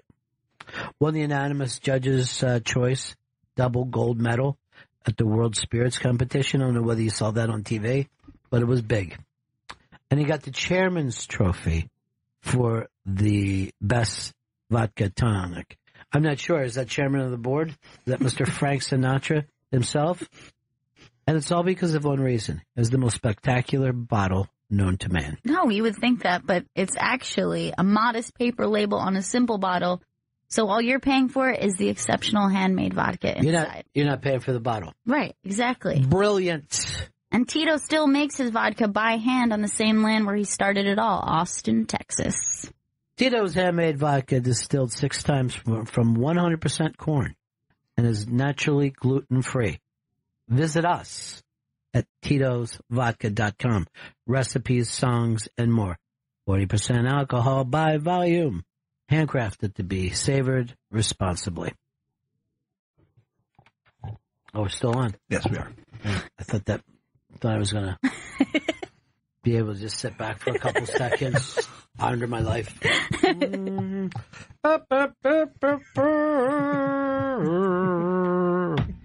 Everyone always says, hey, what happens during the commercial? And normally every commercial, I just put my hands in my face. I'm like, how did my life go so wrong? What did I do to my life? Oh, I can't go back in time. I wish I could. Wish I had a fucking DeLorean. Oh, fuck. Living with failure. That's the thing. You think you can just fail and walk away with it. You live with failure. You carry it around like a fucking bag of doorknobs. Try and get on at each door to see if it'll open.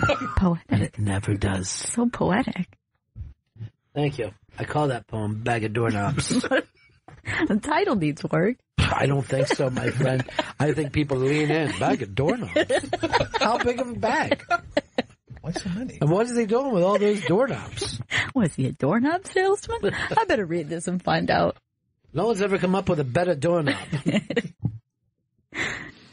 Stanley, get in here. Yes. I need a better doorknob, goddammit. We're getting our asses kicked in the doorknob business. We've only got 0.5% of the doorknob business. How you feel about a keypad? I don't like them, tell you the truth. I like a key. I have a fob to get into my building. Don't like a fob. That's weird. It's actually, like the same thing. And then all the time, I'll not be thinking, and I'll try to use my fob downstairs to get on the elevator, or vice versa. I'll put my card up to my house, and then I'm like, why is this not working? You know what I would say if they said, ridiculous. Our building's going to have a fob now? I go, then I move. I'm out of here. I was watching somebody doing a commercial. They're bragging about New York. New York State, we're making all kinds of improvements.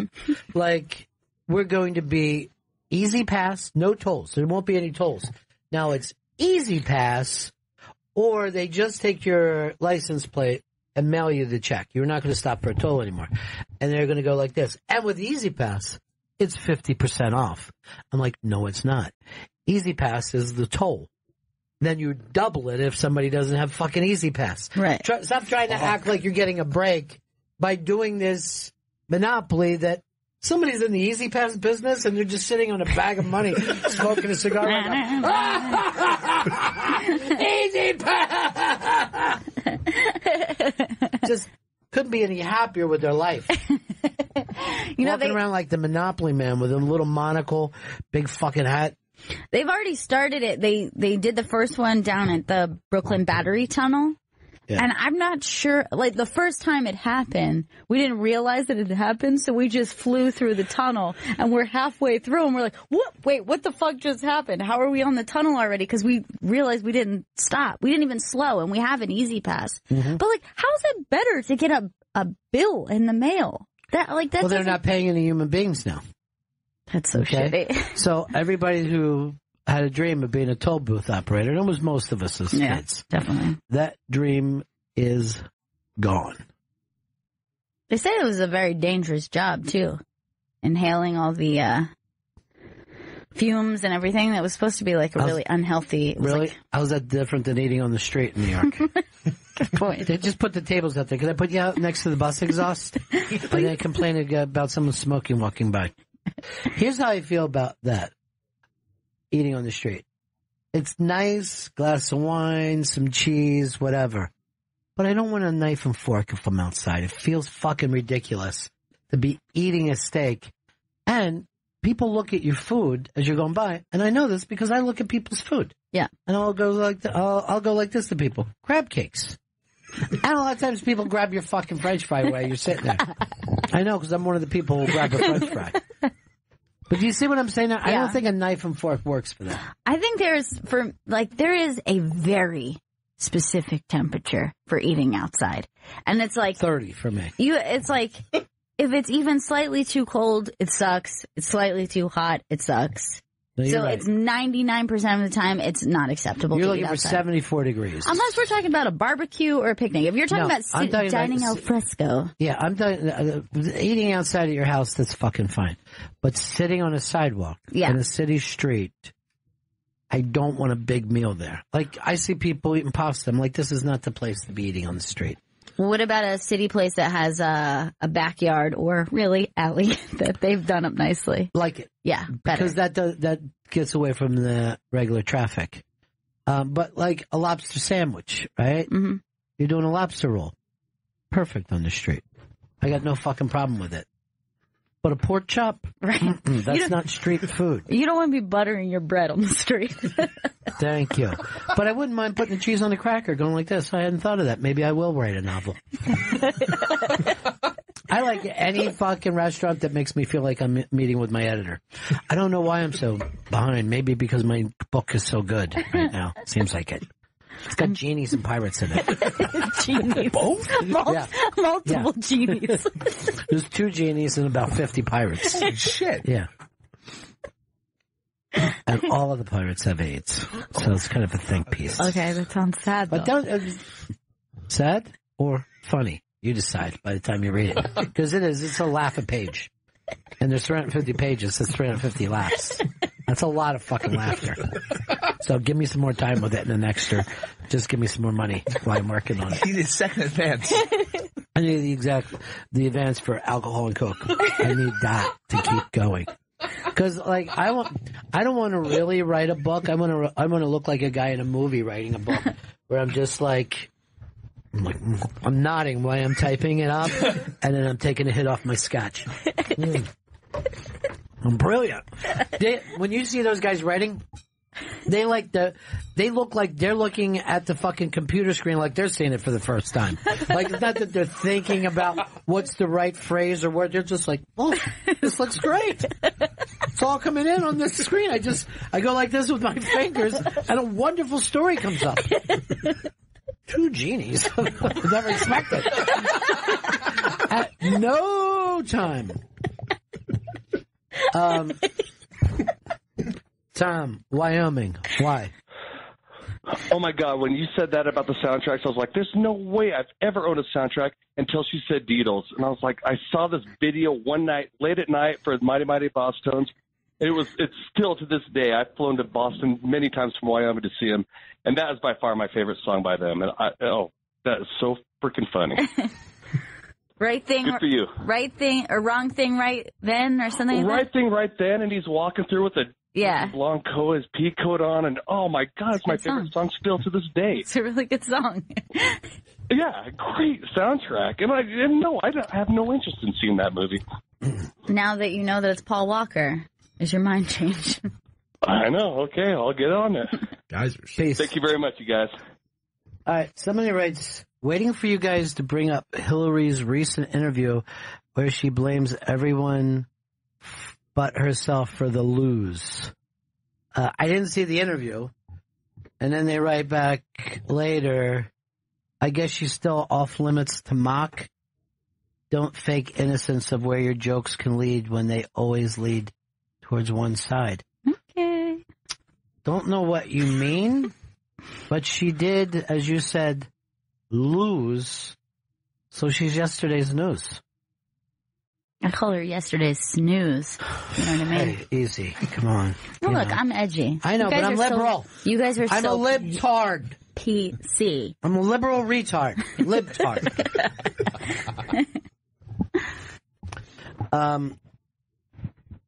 No, I didn't see it. Did you guys see it yesterday? I didn't. I guess it has to do with she blames the Russian leaks and she blames, I don't know, whoever. I guess it's my fault for not extracting comedy from it. But yes. Oh, what a fucking bitch this woman is, huh? Quite the cunt. Yes. No wonder Bill wanted to fuck someone else with a cigar, you know? And the girl that he fucked with a cigar, quite the weight to her, right? You are a pill. Yes. A pill. I'm not paying for those with my tax dollars. Yeah. And those minorities. And Jews. That is pretty funny. Sammy Davis Jr., perhaps the worst person. Being one of each. So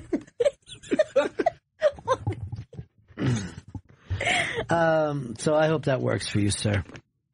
I think we got them all. I think we got them all. And that Al Franken. Jew. I remember when I had Tom Davis on the air, he brought about, those guys doing acid together. And I go, it seemed like Al would have a weak head. And Tom Davis is like, oh, no. Quite the contrary, my friend. That dude was could really I'm like, oh, I could get fucking picked up. Al Franken just goes around talking about the Grateful Dead and tripping and he did a takeover on the Grateful Dead channel here. He listens to Sirius, but only the Grateful Dead channel. That's awesome. I didn't know he was that hardcore into the Grateful Dead. And Tom Davis was even worse. Well, I wouldn't say worse for liking a band, but he was even more into it. Those guys were deadheads. I believe Tom got Al into it. And I know Tom also used to go to like a Burning Man every year. Like he was the early Burning Man guy. Yeah, before it, everyone started to bitch about it. Yeah, before people from Silicon Valley started going. Yeah. These fucking tech entrepreneurs are ruining it. Somebody actually brought up to me about, like, how could you ruin it? I go, ruin it? It's a fucking, in the middle of a desert. It's already ruined. It's 100 miles north of Reno or something. Like, it's fucking... I ran off to Reno. But it was funny, how big a crowd people went around to see Al Franken yesterday. Yeah. Liberal that he is. It was, buzzing. Everyone was very excited about it. Yeah. Well, you know, he's a giant senator. I think his book is called Al Franken, A Giant in the Senate or something like that. Yeah. What are you typing to see? I'm looking for it. Why would you use your phone instead of your computer? I don't want to bother anyone with a lot of typing. Aww. Oh, that's fucking sweet. Can I just say something serious? Sure. You're the best fucking producer ever. Why would I get a laugh? That's not funny. You're a fucking great producer. Thank you. I'm fighting tooth and nail to keep you here. What's that mean? They want you out. Why? What are they, like Personal HR habits. stuff? Personal habits? Yeah. With the ear thing? Can't be That's only one of them. A couple of anonymous people went to HR. Oh, that's fucked up. I'll give you a hint. It starts with O, ends in der. Oh, der. No, you really are a great producer. I don't think I tell you that. No. Thank you. I appreciate that. Why don't we make eye contact? Okay. Thank you. Look at each other for like a good 30 seconds. Just lock eyes. Let him tell you how he feels, and then you have an honest reaction to that. Okay. Chris, I never talk about how much I love you, but obviously I love you like family. Okay? Thank you. That's not the way family talks to each other. What are you laughing at? It's uncomfortable. What's uncomfortable? Hearing something good? I guess. You're a great, great talent. And I'm very lucky to have you in my life. Thank you. And Chris, I love you. Okay, that's... And anything... I can't keep eye contact anymore. Keep eye contact. I can. Other than loaning you money, I would do anything for you. Well, I was going to say, I'm kind of strapped. The thing is, I see the way you go through money. I think I'm helping you by not. See, that's the opposite. You see how the way I go through money, it's bad. More. Going to a go, Johnny, go. What's happening, Johnny? What's happening, buddies? How are you? Hey. Big spy report. Tomorrow is National Donut Day. Mm. We have 2 clients combining at the Hard Rock, Entenmann Donuts and Johnny Hard Rock, serving up burgers on a donut. Oh, the old burger donut. Exciting. Tell him we got to try to get him to drop off some samples to you guys. Yeah. I would like the donuts and burgers separately, please. So would I. Hey, quick question, Ronnie. I'm heading up to Rhode Island this weekend. You got a good lunch spot for me? I got news for you. The person who knows Rhode Island better than anybody I know, you've already mentioned. That's right. Hard Rock Johnny went to college there and has a Rhode Island pride, particularly when it comes to their comfort foods. What are you doing up in Rhode Island this weekend? Just going to go up with my lovely wife for a little weekend away up Newport, and we're going to hit Mohegan Sun on the way back. That's fantastic. Goof around the Northeast for a couple of days. Yeah, that's always the best. I like bouncing around New England, and it's great food. But yeah, call Johnny. He's the guy that really knows. Seriously. All right, buddies, be good. All right. Peace. I'll see you soon. I can't tell you how much that statement would crush Hard Rock Johnny. That somebody else went to Rhode Island over him. Because normally, like, I'll bring up any food, and he'll be like, there's lunch trucks in Rhode Island. We used to smoke pot and go there. He's always, brags about his weed days. But his mind got weak. He can't do it anymore. He doesn't smoke at all anymore? Don't smoke, don't drink. What do you do? What does he do? Apparently, tries to get himself on TV, making burger donuts for everybody. So tomorrow's National Donut Day? Tomorrow's Donut Day. I know that they're supposed to do the first drone delivery. Really? Yeah, they're That's going to happen tomorrow? That's going to happen tomorrow. I still can't see, or it's happening today or something, but we'll bring it up on the show tomorrow. But I still can't see how drones in the sky is going to be welcomed by most of us. Just deliveries going over our heads. They're going to get fucking stolen constantly. People will be constantly knocking down drones. You're going to live in a society, Chris, that is everywhere you go, you are videotaped, and crime will be almost done. It'll come down to Minority Report, where they try to predict the crimes and attack people before they commit it. Do you have to leave the window open for your drone delivery? No, they'll come to your front door. You can walk out front. They'll let you. Okay. They kind of beep you when they're coming in. Gotcha. I don't think it's going to be like the Flintstones where one just flies in. But what's going to happen to bicycle messengers in the future? They're going to be like toll booth operators. Hunted down. Thank you. All right, let's do tomorrow's shows on missing jobs, America Jobless on Bennington. It's a show that you can't miss, or you could end up with stomach cancer. That's it for us. Tomorrow, Chris, is a big Unmasked. Dimitri Martin Unmasked. That's tomorrow at 2 p.m. for his new film. For his new film, Dean. Comes out in New York and L.A. Dean! See you again in 1974. Ladies and gentlemen, the evening is over. We hope you all enjoyed yourselves, and we'll see you all again in 1974. Good evening!